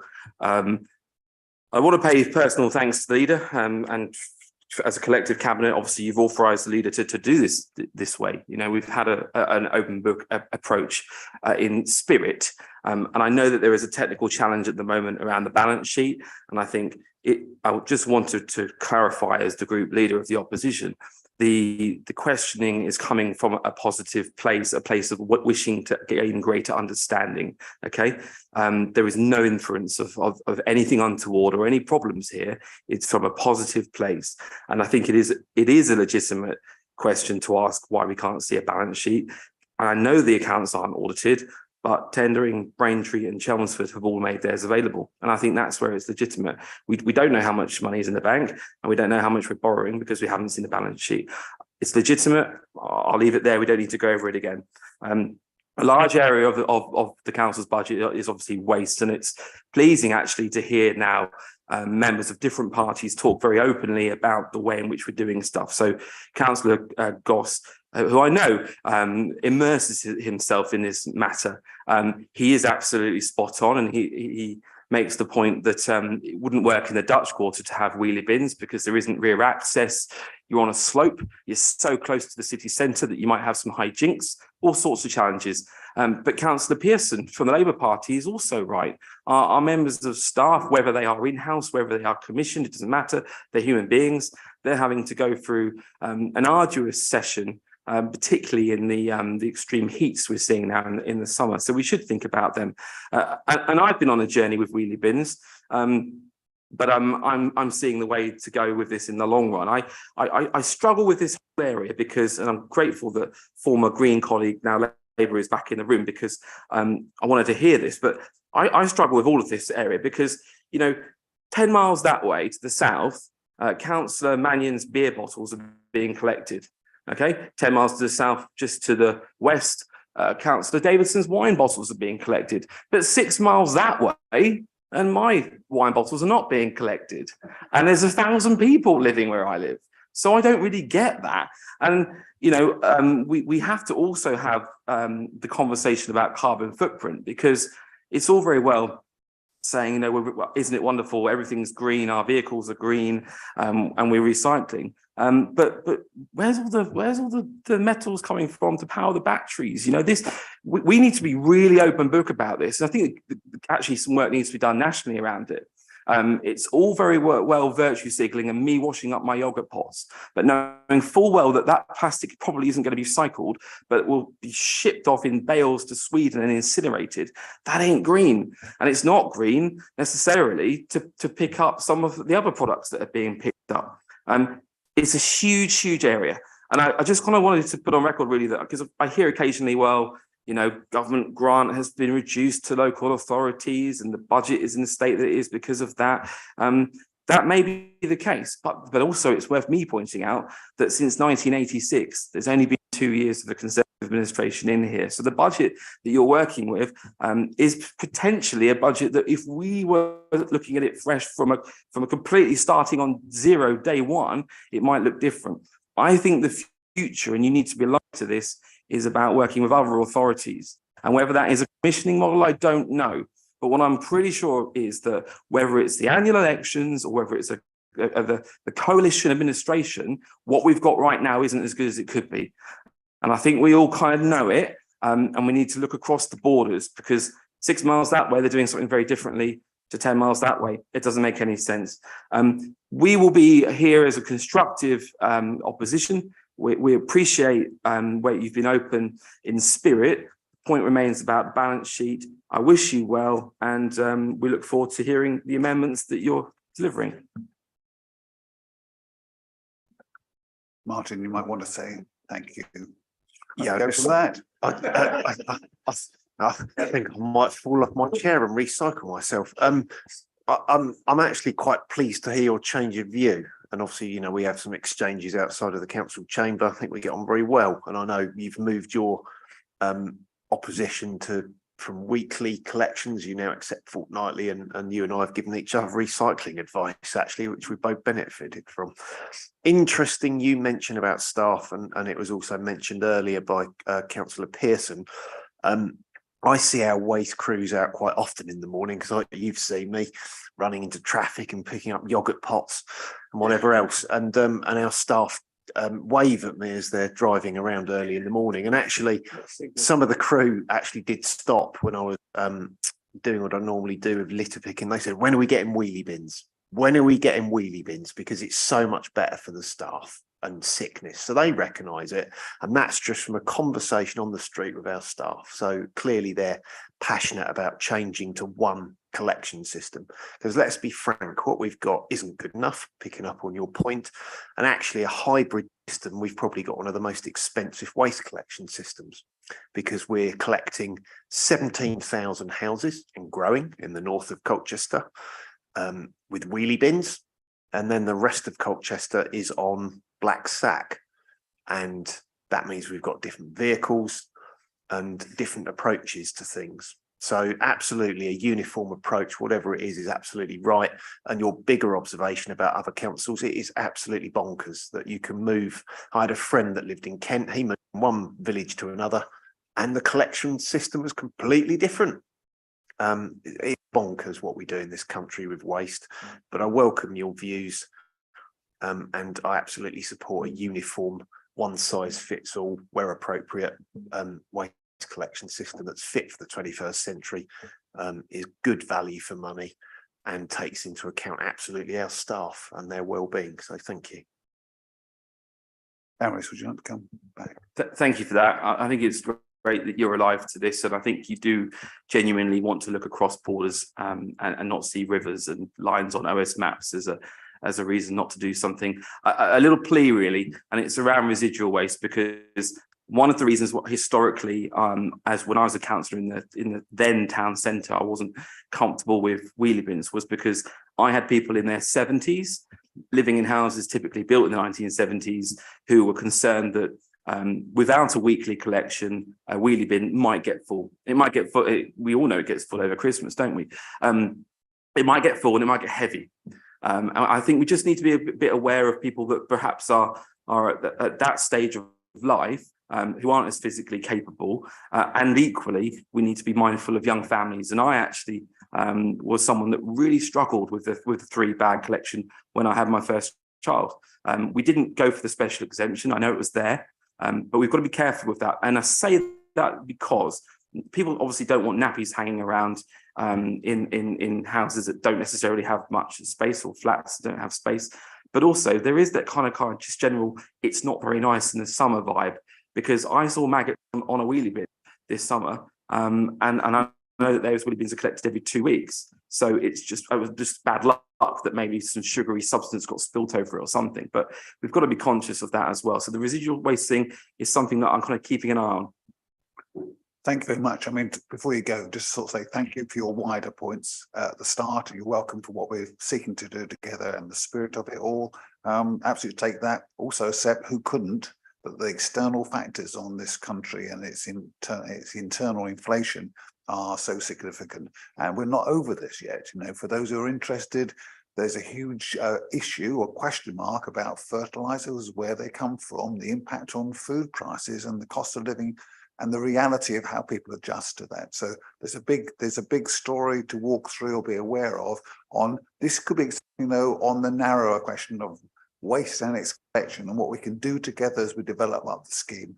I know we're going to really welcome the kind of conversation we started here in these few minutes.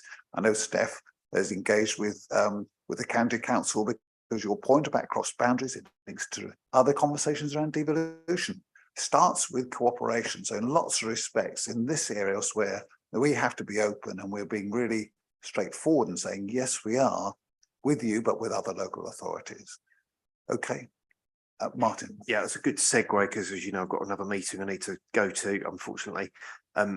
There's an agenda item, I think it's 13.1 or 2, about Highwoods and about wheelie bins, and that's a really good segue from Darius into it, just to say that absolutely Highwoods will be looked at in the same way as every other part of Colchester, as part of the waste strategy that I've referenced earlier, that will deliver in the summer. I know Councillor Alison Jay has got some words that will get read out by Richard Clifford later, but I just want to say fully support, you know, obviously Highwoods being looked at for wheelie bins, along with everything else that we're looking at as part of that review, and that is what we will do. So we don't just look at one part of Colchester, we look at the whole of Colchester as a city, and obviously that will get fed into the waste review. So I was just going to say that's how we'll tackle that as part of that ongoing work. Thank you, Martin. We're at the close of this item, I think, subject to last remarks, and I know that you would like to, Adam as deputy leader, and then Mark will be down to you and the change recommendations in response to scrutiny and members. So let's go with that, Adam. Thank you very much, Leader. And I think, you know, what has been clear tonight is, and was clear last at scrutiny as well, was the challenge that we're facing. And obviously what we have seen over the last decade or so is a complete change in the way that local government operates, and government funding for councils and local communities, and central government saying to the councils and local communities that they have to stand on their own feet, and no longer funding local public services in the way that people will remember them having funded them in the past. And obviously, we've also got, as has been said, the increase in energy costs and runaway inflation. But I think what we have in front of us is a budget that does provide that stability for the council and sets us on that journey towards delivering those modern services that we've talked about. I'd like to echo what Councillor Coy said around the finance team and the sheer scale of effort that they've had to put in this year. I think the scale of the challenge means that there has been an incredible scale of effort required and work required from them, and that we should be really thankful for our finance team and the work that they've put in and the pressure that they would have felt under in order to deliver a balanced budget for us. As Councillor Cox said, it's really important that we're paying our staff fairly and that we're delivering on our living wage commitments. I'm really proud that we've been able to do that this year.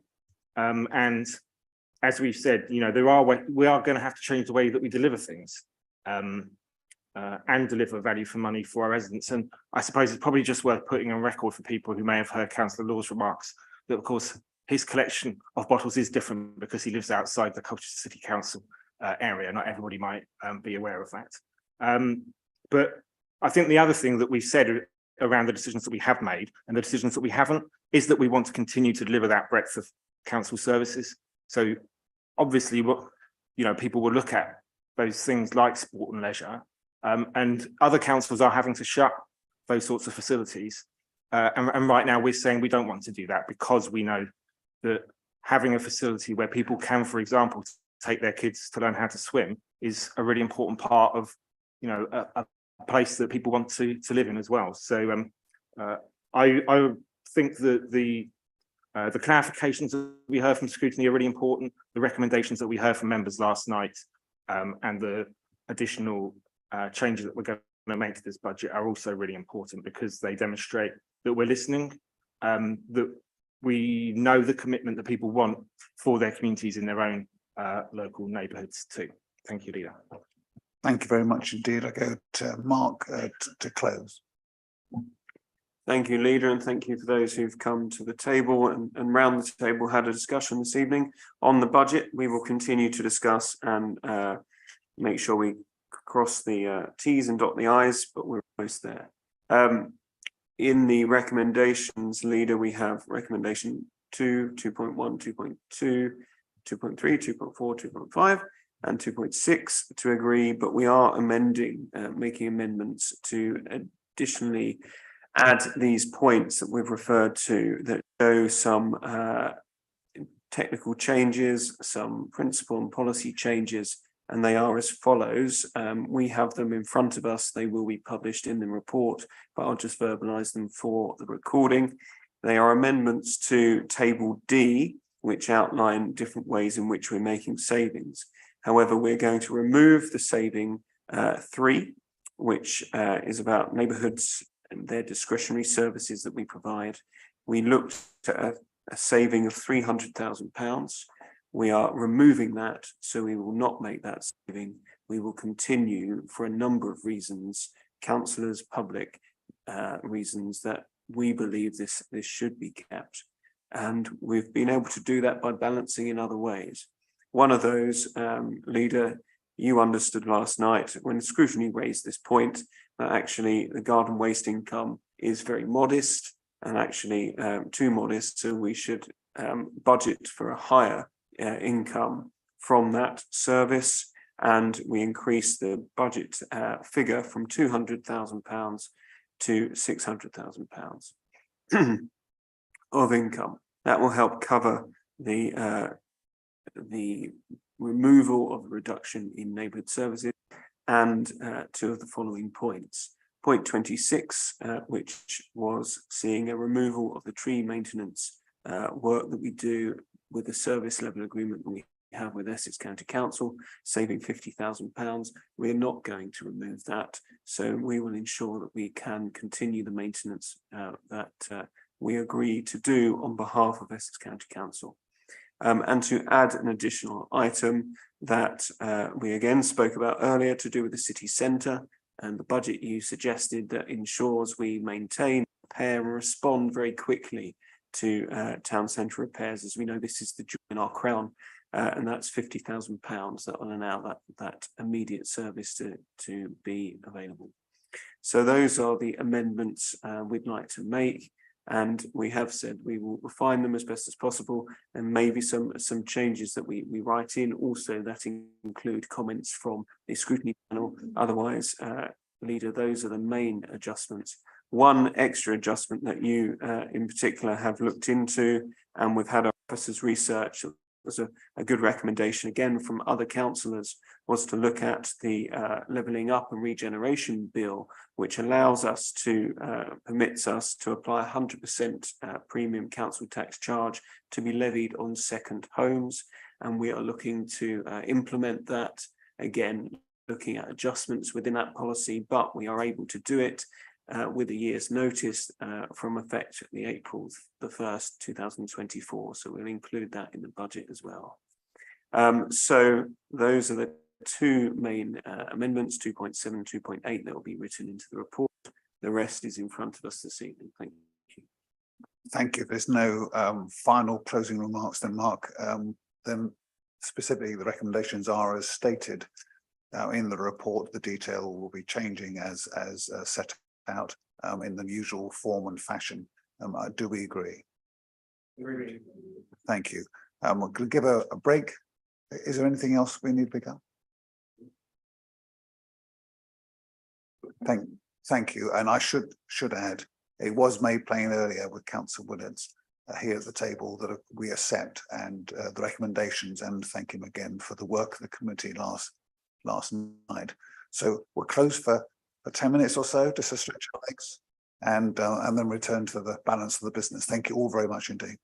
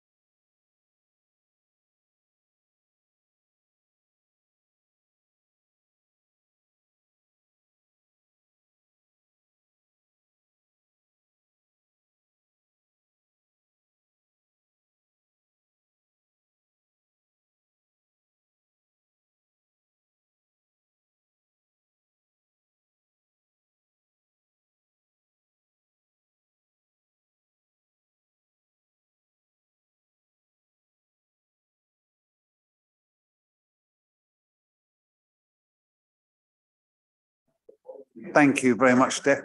You did that, can I say you did that with panache? All right, my suggestion is that we continue with the resources items, starting with LCTS, and then we'll go back to, so there's some continuity, the last subject where we did talk about this to a degree. So Councillor Corey Mark. Thank you, Leader. So yeah, just for continuity, I mentioned alongside the budget, we have the local council tax support scheme. And do we have Councillor Smith coming to speak on this? So I'll wait for Councillor Smith to come forward, speak, and then I'll say a few more words. Thank you. Thank you very much, Leader. The scheme has been looked at by the Governance and Audit. We fully support the changes that are being made to it. As you've already explained, it's a very difficult year for everybody out there, not just the council with its finances. And we think that it's quite appropriate that at this time we do that little bit extra to try and give extra support to those who really need it most, because they're being hit so hard by the current economic circumstances. And I think as ward councillors, we all know from the increase messages that we're getting for people within our wards who are struggling to make ends meet, the number of food bank vouchers and such like that we're seeing in increasing numbers, it's something that's really needed. So I commend it to you. Thank you very much, and to your colleagues on governance and audit. Thank you, Mark. Thank you, and yes, Councillor Smith, thank you. You chair governance and audit with a good crew on there who've given us feedback on a number of different items, and this one had full support from your panel and committee, and it has support from us around the table. Just to explain for members of the public, local council tax support is where it's a benefit of kind, where we support those in the hardest economic situations to pay the council tax. We assume that everybody attempts to pay council tax. Everyone has a stake in their local economy, pays for the services we've been talking about in the budget. But this benefit in kind enables people to pay. So we give up to 85% of the bill. We give them support to pay it. So it's a in kind of benefit of 85% towards the tax. This will come in. It's not with immediate effect, but it will come in the ensuing year, and it will sort of help counteract some of the decisions we've had to make, and it will support the most hardest hit, and it will also have a cost to Essex County Council because it is across the whole council tax bill. So I just wanted to say it affects our level of outgoings, so it does cost us to support those most needy, but it also has an impact on the rest of the council bill, which is Essex County Council. But it does, on the flip side, it does enable us to collect at a very high rate, because we give those who struggle to pay the biggest amount of support. We then get a larger take up of payment. So it has an economic positive effect on our collection rates. I'll leave it there, Chair, Leader, because I've talked to it at budget level. It is supporting our neediest people, and I commend it to Cabinet. Thank you, Mark. Would you move the specific recommendation and we'll go from there? Or as proposed, should we say, as set out in the paper, members? Agreed. Thank you very much indeed.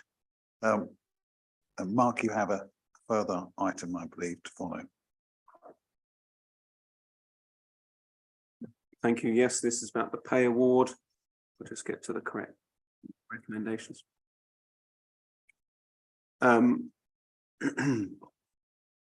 Apologies. So yes, this is to ratify the urgent decision taken under Rule 22 of Cabinet Procedure Rules to enable the revised pay award to be confirmed. And Leader, we agonised about pay of our staff. We agonised about balancing the budget, what we believed agreeing this pay award, which was being agreed nationally. We have our own local agreement, which we had made in consultation with Unison, the main union within the council, but we decided to up that due to the inflationary pressures and the cost of living crisis. So this paper just outlines that decision-making procedure and the exact amounts that are involved. And in effect, this is something we have taken the decision to do urgently, and we are clarifying that this evening in the paper. So it does affect the budget, but it ensures we have an organisation that pays well and will deliver well as a result. Councillor Corey, I'd ask you for your view, and I know what my own is, to a question that I've heard this afternoon, which may be in the press, which is our commitment to doing the right thing by our staff moving forward, and whether or not we can afford the settlement that we have and the settlements that we may face. Would you like to give a little assurance from your perspective about our approach to this in terms of budget and the finances? Thank you. Yes, thank you. In terms of, we had budgeted for a lower amount. That's the agreement that we originally struck, but we have been able to meet this pay requirement, and we believe it's fair. We have done that by taking decisions elsewhere that will reduce the revenue cost in the future. And we also always have some reserves for a rainy day that can cover any in-year costs, but we are confident that we can cover this. We have already allocated in the budget now, but it will have an impact going forward. That is why we've had to take decisions elsewhere. We may do less, we may have less staff, but those staff will be paid well.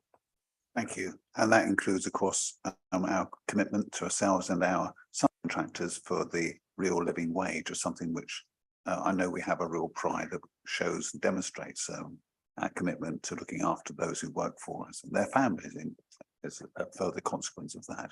So look, thank you very much indeed. Cabinet members, I ask you for your agreement. Thank you very much.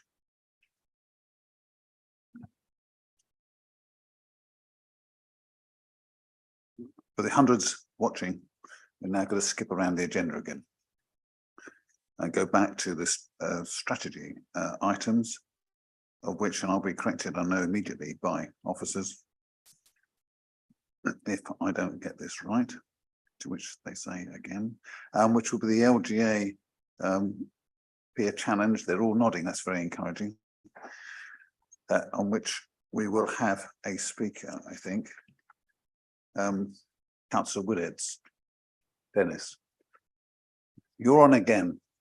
We're doing the LGA next. But that is me. I'm very happy to do so briefly. I was giving you the opportunity to set the scene, Dennis, as you often give me the opportunity when I come to see you in committee. Messages and the discussions that we've had have been repetitive to a degree, but very useful.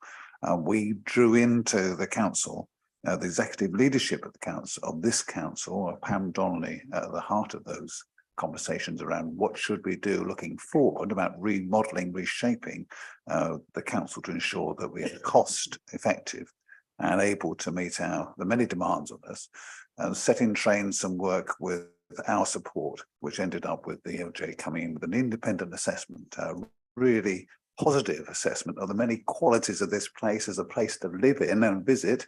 Some of them commissioned to come back, which we must follow up and make sure they do, and a set of recommendations. The report we have before us shows our response to this, and in inviting Councillor Willits to come and speak, it's on the basis that there is broad support for the approach in terms of the LGA's recommendations and our response to them as a cabinet and as a council. What lies ahead of us will be the delivery. I won't repeat what's in the report, but I will invite you, Dennis, to come forward and give us your observations independently. Thank you. Thank you, Leader. The scrutiny panel looked in detail at the 8 items and the action plans behind those items, and came up with 4 recommendations. The first one really was it says that it's in regard to recommendation 3, but it's really across recommendation 1 and 3. We could see the good plan behind recommendation 1, but when you looked at the plans and achievements lined up for 3, it merely referenced back to the let's see, the city. It says C city status, and we felt that that was not a wholly helpful way to go about, and suggested that the emphasis on 1 should be focused on city status, looking at the hearts and minds, the public relations, and the year-long party. So that's more dealing with the perception of city status. And we felt that it would be better to clarify recommendation 1 as the perception of city status. And then recommendation 3, the action plan should be revised to provide what one might describe as the heavy lift for city status. That is the setup of an inward investment office. Sorry, I'm not recommending that, just exemplifying the sort of thing we had in mind. Inward investment office, tourism promotion office, serious skills training, and so on. So in other words, the issues which will really provide the foundation for city status being a huge success. It's not enough just to convince people that it might be a success. We've got to do it. So we were recommending that the response to 3 should be more on the heavy work of making it happen and putting in place the infrastructure needed to get the best out of city status. The second recommendation is in regard to 4, strengthening the political and officer leadership. The first comment that the scrutiny panel had was that there should be a greater reference to the role of councillors as community leaders in that particular work item, rather than just the political elite, cabinet, and the officers leading the activity. And the second point on which we had difficulty with item 4 was it was fine to undertake a full analysis of the map of stakeholders needed to strengthen the leadership and move Colchester forward. But we just asked the question, okay, when we've produced this map of stakeholders, where does it go? What does it do? How do we make best use of it? And we think that there should be a final work item under the plans and achievements, having fully understood the relationship between us and the stakeholders. How do we now go on and build on it to guarantee success of city status? The fourth recommendation in regard to it's recommendation 5 on the paper, review of priorities and brilliant business as usual. The issue we felt was missing there was an issue we've addressed several times this evening, Leader, and that is a sort of a formal linking of the strategic plan and the budget, because we feel without that linkage being strengthened and hardened, we're not really going to see the emergence of the golden rope that hangs it all together if budget and strategic plan are not linked by this golden rope in a very firm and understandable way. The full benefits of city status are not going to be achieved. And the final point from the panel was recommendation 6, which is concerned with future elections and election strategy. We felt that the linchpin on this really is the Boundary Commission work, and a sub-project to address what we want of the Boundary Commission, how are we going to influence them, what we have in mind in terms of the future ward structure, as well as the election dates, should really be a significant work item in that particular part of the response to the peer review. So those were the recommendations which the scrutiny panel felt would add further value to what was already a good plan and a well thought out list of plans and achievements. But we felt it could go just a little further. Thank you, Leader. Thank you very much indeed. Dennis, please stay with us for a moment and then we come back to you. In the way that we've been working these last 6 months across the groups and across the panels with each other, we try to give feedback as we receive the commentary. So I hope what I say will tune with my colleagues' content to hear me say, and that said on the night, which is this is very helpful. First of all, it's very helpful to have the test, challenge and conversation, to have your endorsement collectively that this is, as it feels to us, although it's still early days, a good plan, a good framework going forward. Can I just respond briefly to the points that you've raised? From my perspective, subject to views of my colleagues, these are entirely in the spirit of the discussion and our own sense of what we've got to do next. Just a few observations which might just round out for anybody who is listening. The first was that the way we set ourselves out from the very beginning, mindful that the LGA review was not so long ago and got a very busy, complicated life, all of us at the moment, getting the council reset for its forward step, was that first year of civic celebration and commemoration would give us a breathing space in which we would build on that, link that to the future. And we knew that that would take us some time. When we met in committee, we set out some of the things that we were doing. It's probably just briefly worth saying what they are. They include a coordinating group of all the boards across Colchester that unite business, the civic and voluntary sector with the council's organisation in the least cost, most effective kind of way. That's started.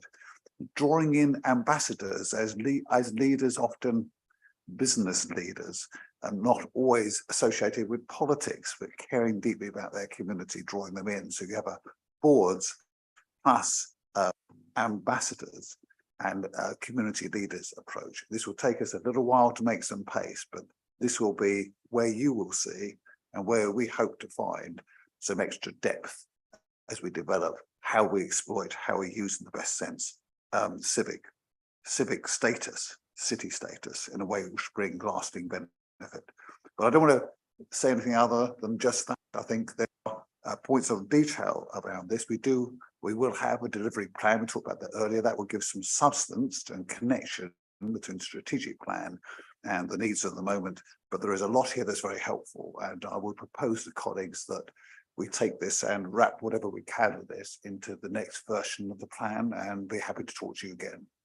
Pam, please. Very briefly, and thank you, Councillor Willetts, for those points. And I would agree with you that on your comments around the heavy lifting on city status, I think a group around inward investment and groups looking at tourism infrastructure would be very welcome. And I think both of those points are addressed in the economic strategy, which I know colleagues are here to talk about later. So I see the need, and I also see a way forward on it.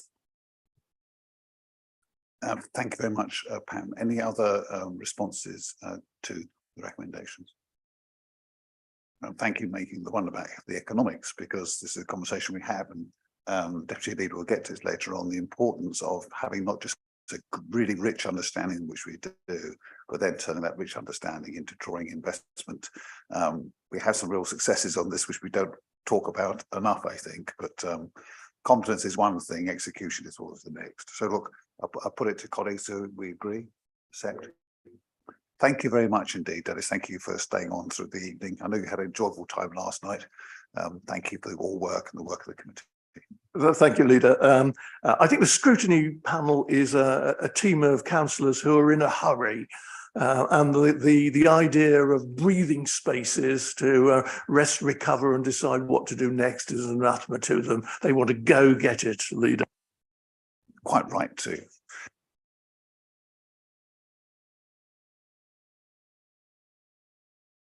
I move that we confirm the taking account of scrutiny, the paper as submitted. Do we agree? Agreed. Thank you.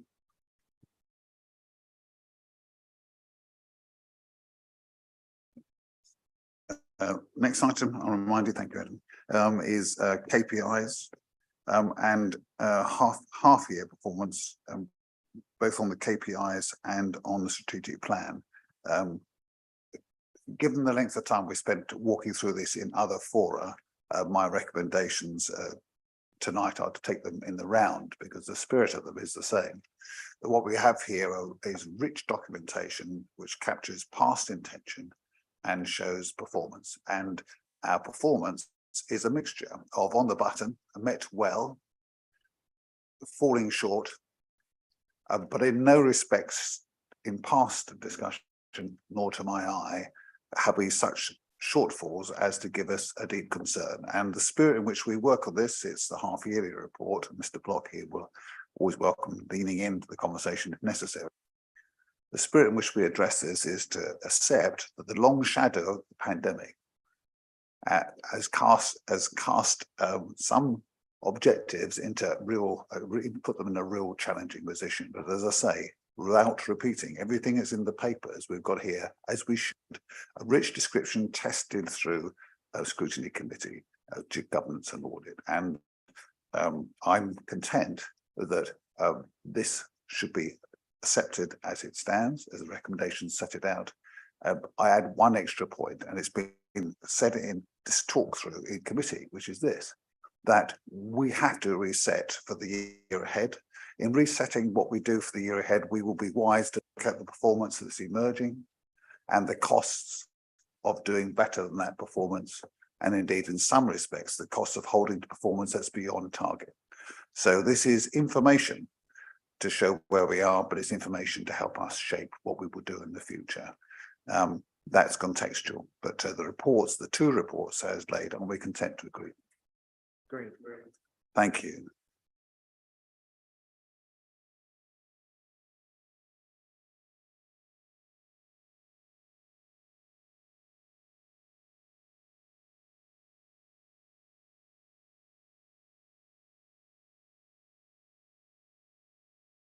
The next items are the new economic strategy. Or we got, go on, correct me please, folks. Okay, can we take the policy panel minutes then? We'll look at that.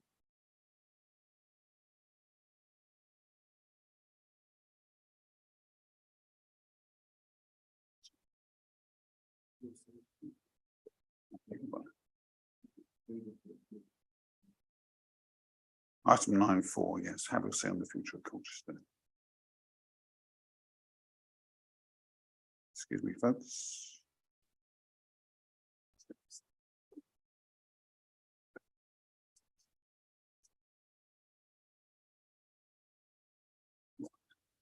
Thank you.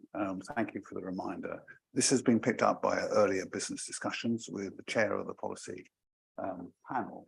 This was their recommendation and a really good conversation around what information we were collecting, how much we were testing it, and how much we were able to wrap it into what we were doing as a cabinet for looking forward, that we looked to the needs of young people and actually other communities as well.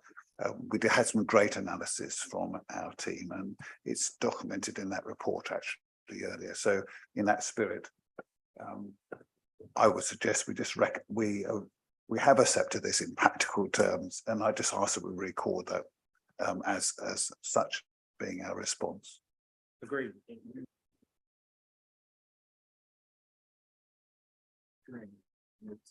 Oh, now I can go to the Deputy Leader. Adam, please. Thank you. Thank you very much, Leader. So we have before us the Council's new economic strategy, and it very much builds on the last one. And from what we've heard tonight already, we are in challenging times, but also locally there is an air of expectation about our ability to boost the local economy so that it doesn't just survive, but it thrives in the years ahead. And I think it's important that we just take a moment to look into the details of this strategy, because it does reflect our priorities of having an inclusive economy that works for everyone. And it reflects our commitment to raising pay levels and improving infrastructure across Colchester. And one of those things is really championing the real living wage and those businesses and organisations that pay their staff fairly, because we know that keeping that wealth within the local economy further improves and boosts local businesses and local quality of life.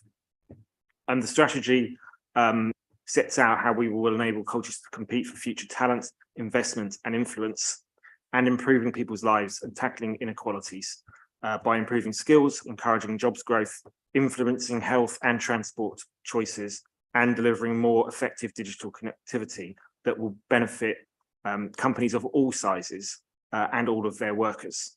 And as we said before, this isn't just about the council doing all the work. It is really about working with a range of local businesses.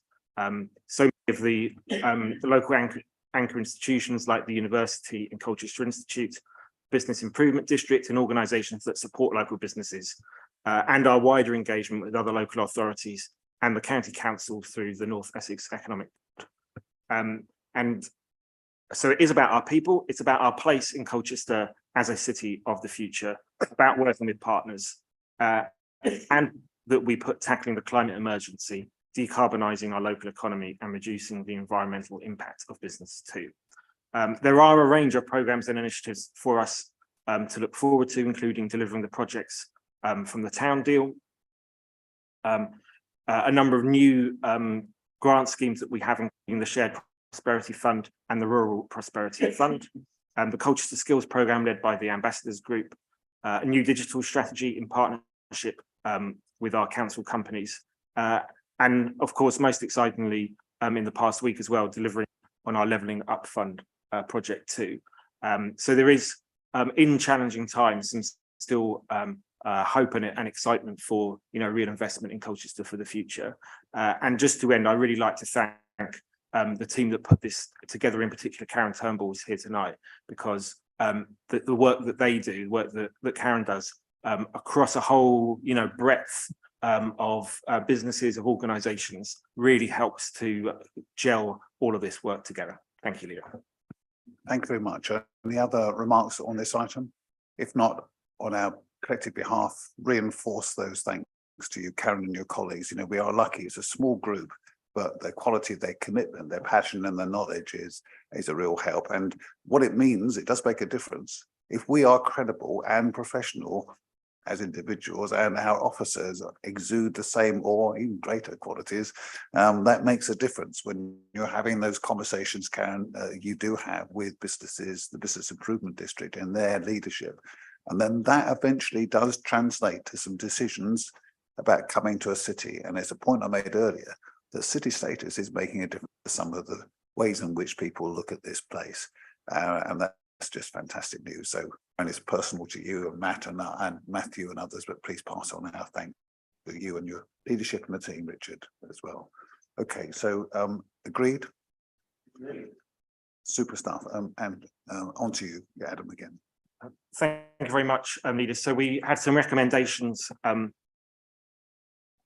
from Governance and Audit, and I think Councillor Smith is here as the Chair of Governance and Audit. We welcome any comments that you have, Councillor Smith. Thank you. I think the note fully described, but I'm happy to take any questions that you've got on the committee's views. I don't think we have any questions, so thank you very much, Councillor Smith. We really welcome the work that Governance and Audit has been putting in to reviewing the work of the companies. And as we heard earlier this evening, at the start of the meeting, the review process that we're going through as well, I think will hopefully put these companies on a firm footing for the future ahead as well. So we fully accept the recommendations to Cabinet. We'll all agreed on that. Great. Thank you. I'll just add my personal word or two, Paul, just to say how important it is what you and others do. That robust, inclusive conversation that shows that mature sense of challenge so that you can't get it right in a day really matters. You personally and those around you make a real difference by ensuring that the way ahead, which we can't talk about in huge depth, we won't go through the paper or its background more than your comprehensive note has done, but that style of leadership and that open door to contrary and challenging opinion properly marshalled is a real help, and I want to thank you for that.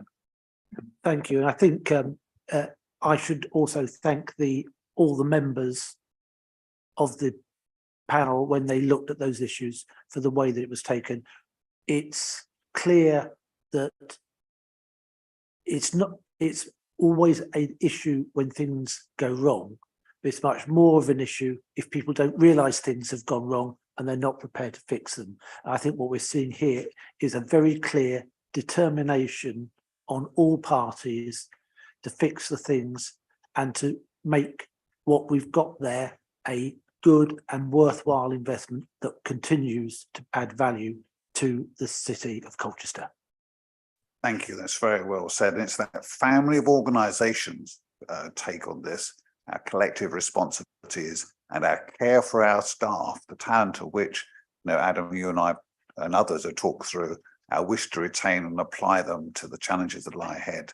So our manner with each other, our sense of responsibility looking forward really matters. Thank you. That's a good reinforcement and very helpfully put.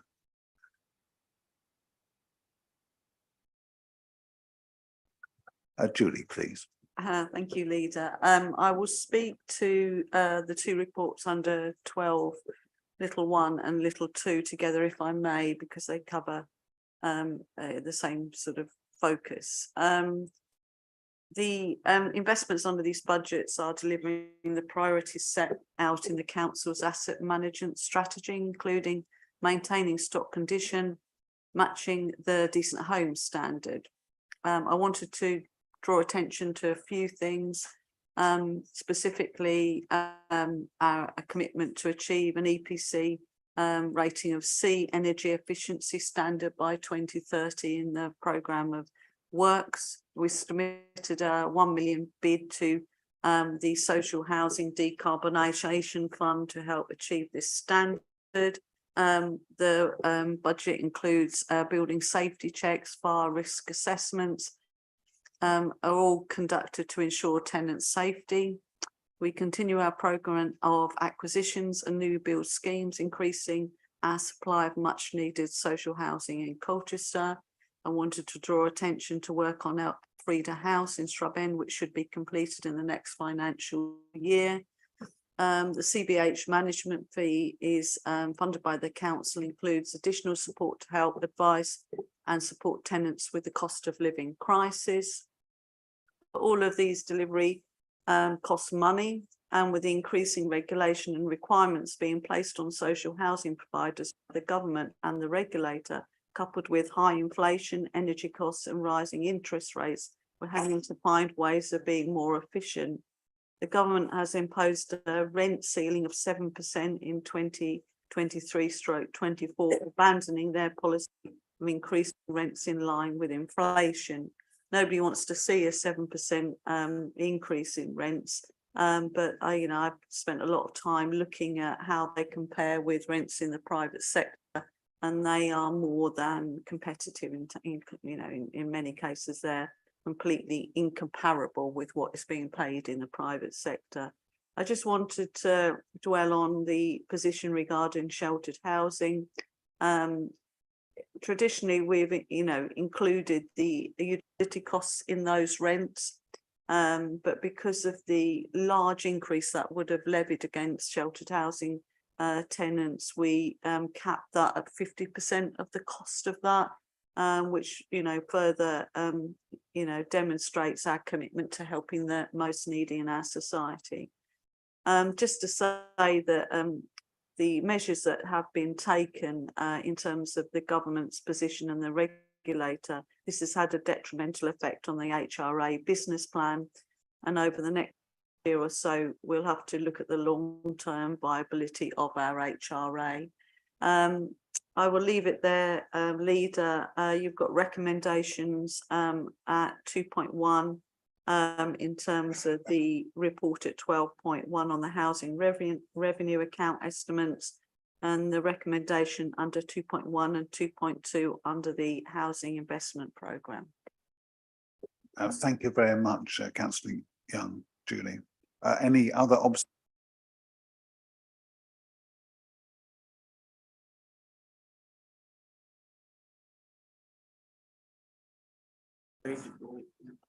Thank you very much, Julie. I mean, I think it is worth us actually just noting not only the quality of the endeavour and the importance of what we do here, 6,000 homes, whatever is the measure of the moment, this makes differences to thousands of people's lives, and the approach and what we do next will do the same.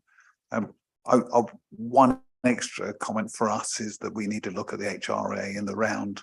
Every decision, every cap, every constraint upon rental increase, as one illustration, will have an effect upon the health of the overall arrangements in budgetary and therefore in practical terms, because that will reflect itself in what we can invest in improvement. So there is something for our future business, Richard, which I would ask the officers note so that we get some time and space with the portfolio holder clearly, but then as a collective cabinet with leadership to look this through. Thank you very much indeed for that and endorse. You have a further item, I understand. I do, Leader, and this is the compliance audit report, which is required by Homes England in terms of the requirements of their funding. I think it's really important to note that, our commitment to provide 350 extra affordable homes over 5 years, and we've been really successful with that programme. We are working very closely with Homes England, and this is in accordance with their requirement to deliver a compliance report that is before us at Cabinet this evening.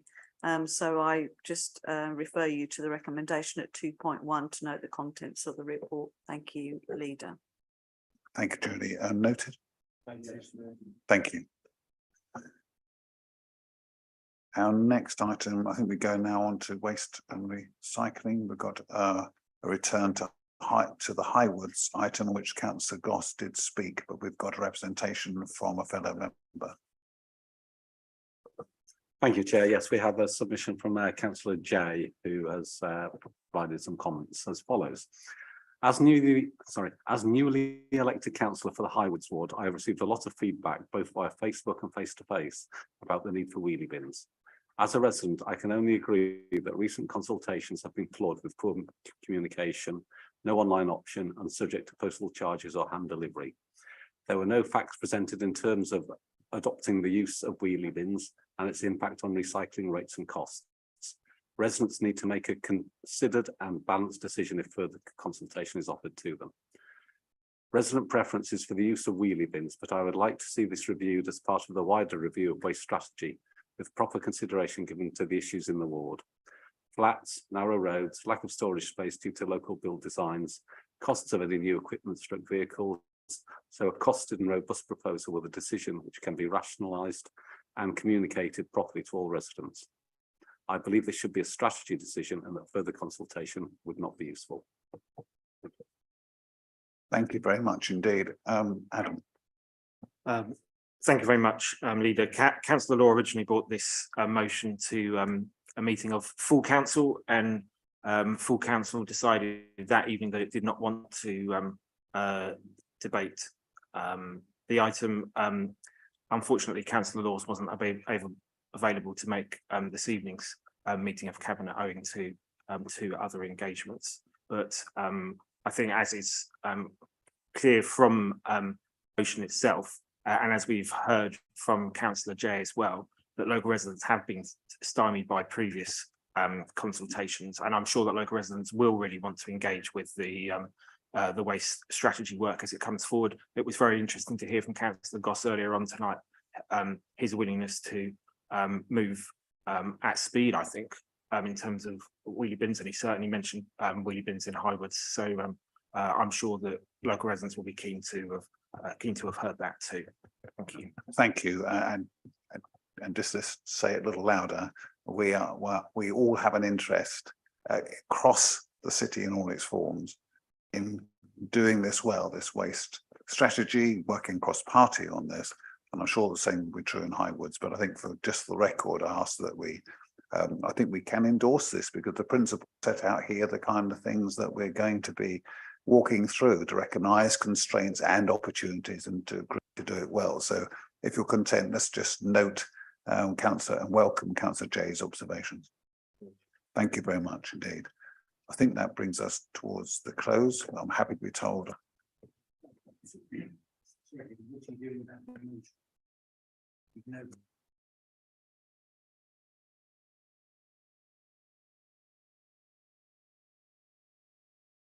Yeah, thank you. In an inclusive fashion to agree the motion as well. United again as a joint coalition. Great. Sorry, leader, so we agree that we would allow the residents to have their say, but through the wider review that we'll be doing, just. Absolutely, thank you. So that connects back to the way that our own policy is evolving as set out in the budget and the way that the portfolio holder approached this. So thank you. We'll use those words if that's acceptable to everybody. I'm taking that as contentment. We could spend longer to talk about it. No, okay, right. Thank you very much indeed. Thank you for the prompt. Andrew, anything else? We have no confidential business tonight. There's no AOB planned. Oh, okay, we note the responses of the public. That gets us up to scratch, I think, on our business, subject to correction, condemnation, or otherwise a response from the officers. Are we done? All right, thank you so much for your time and energy and for those listening as well. Thank you. Thank you very much.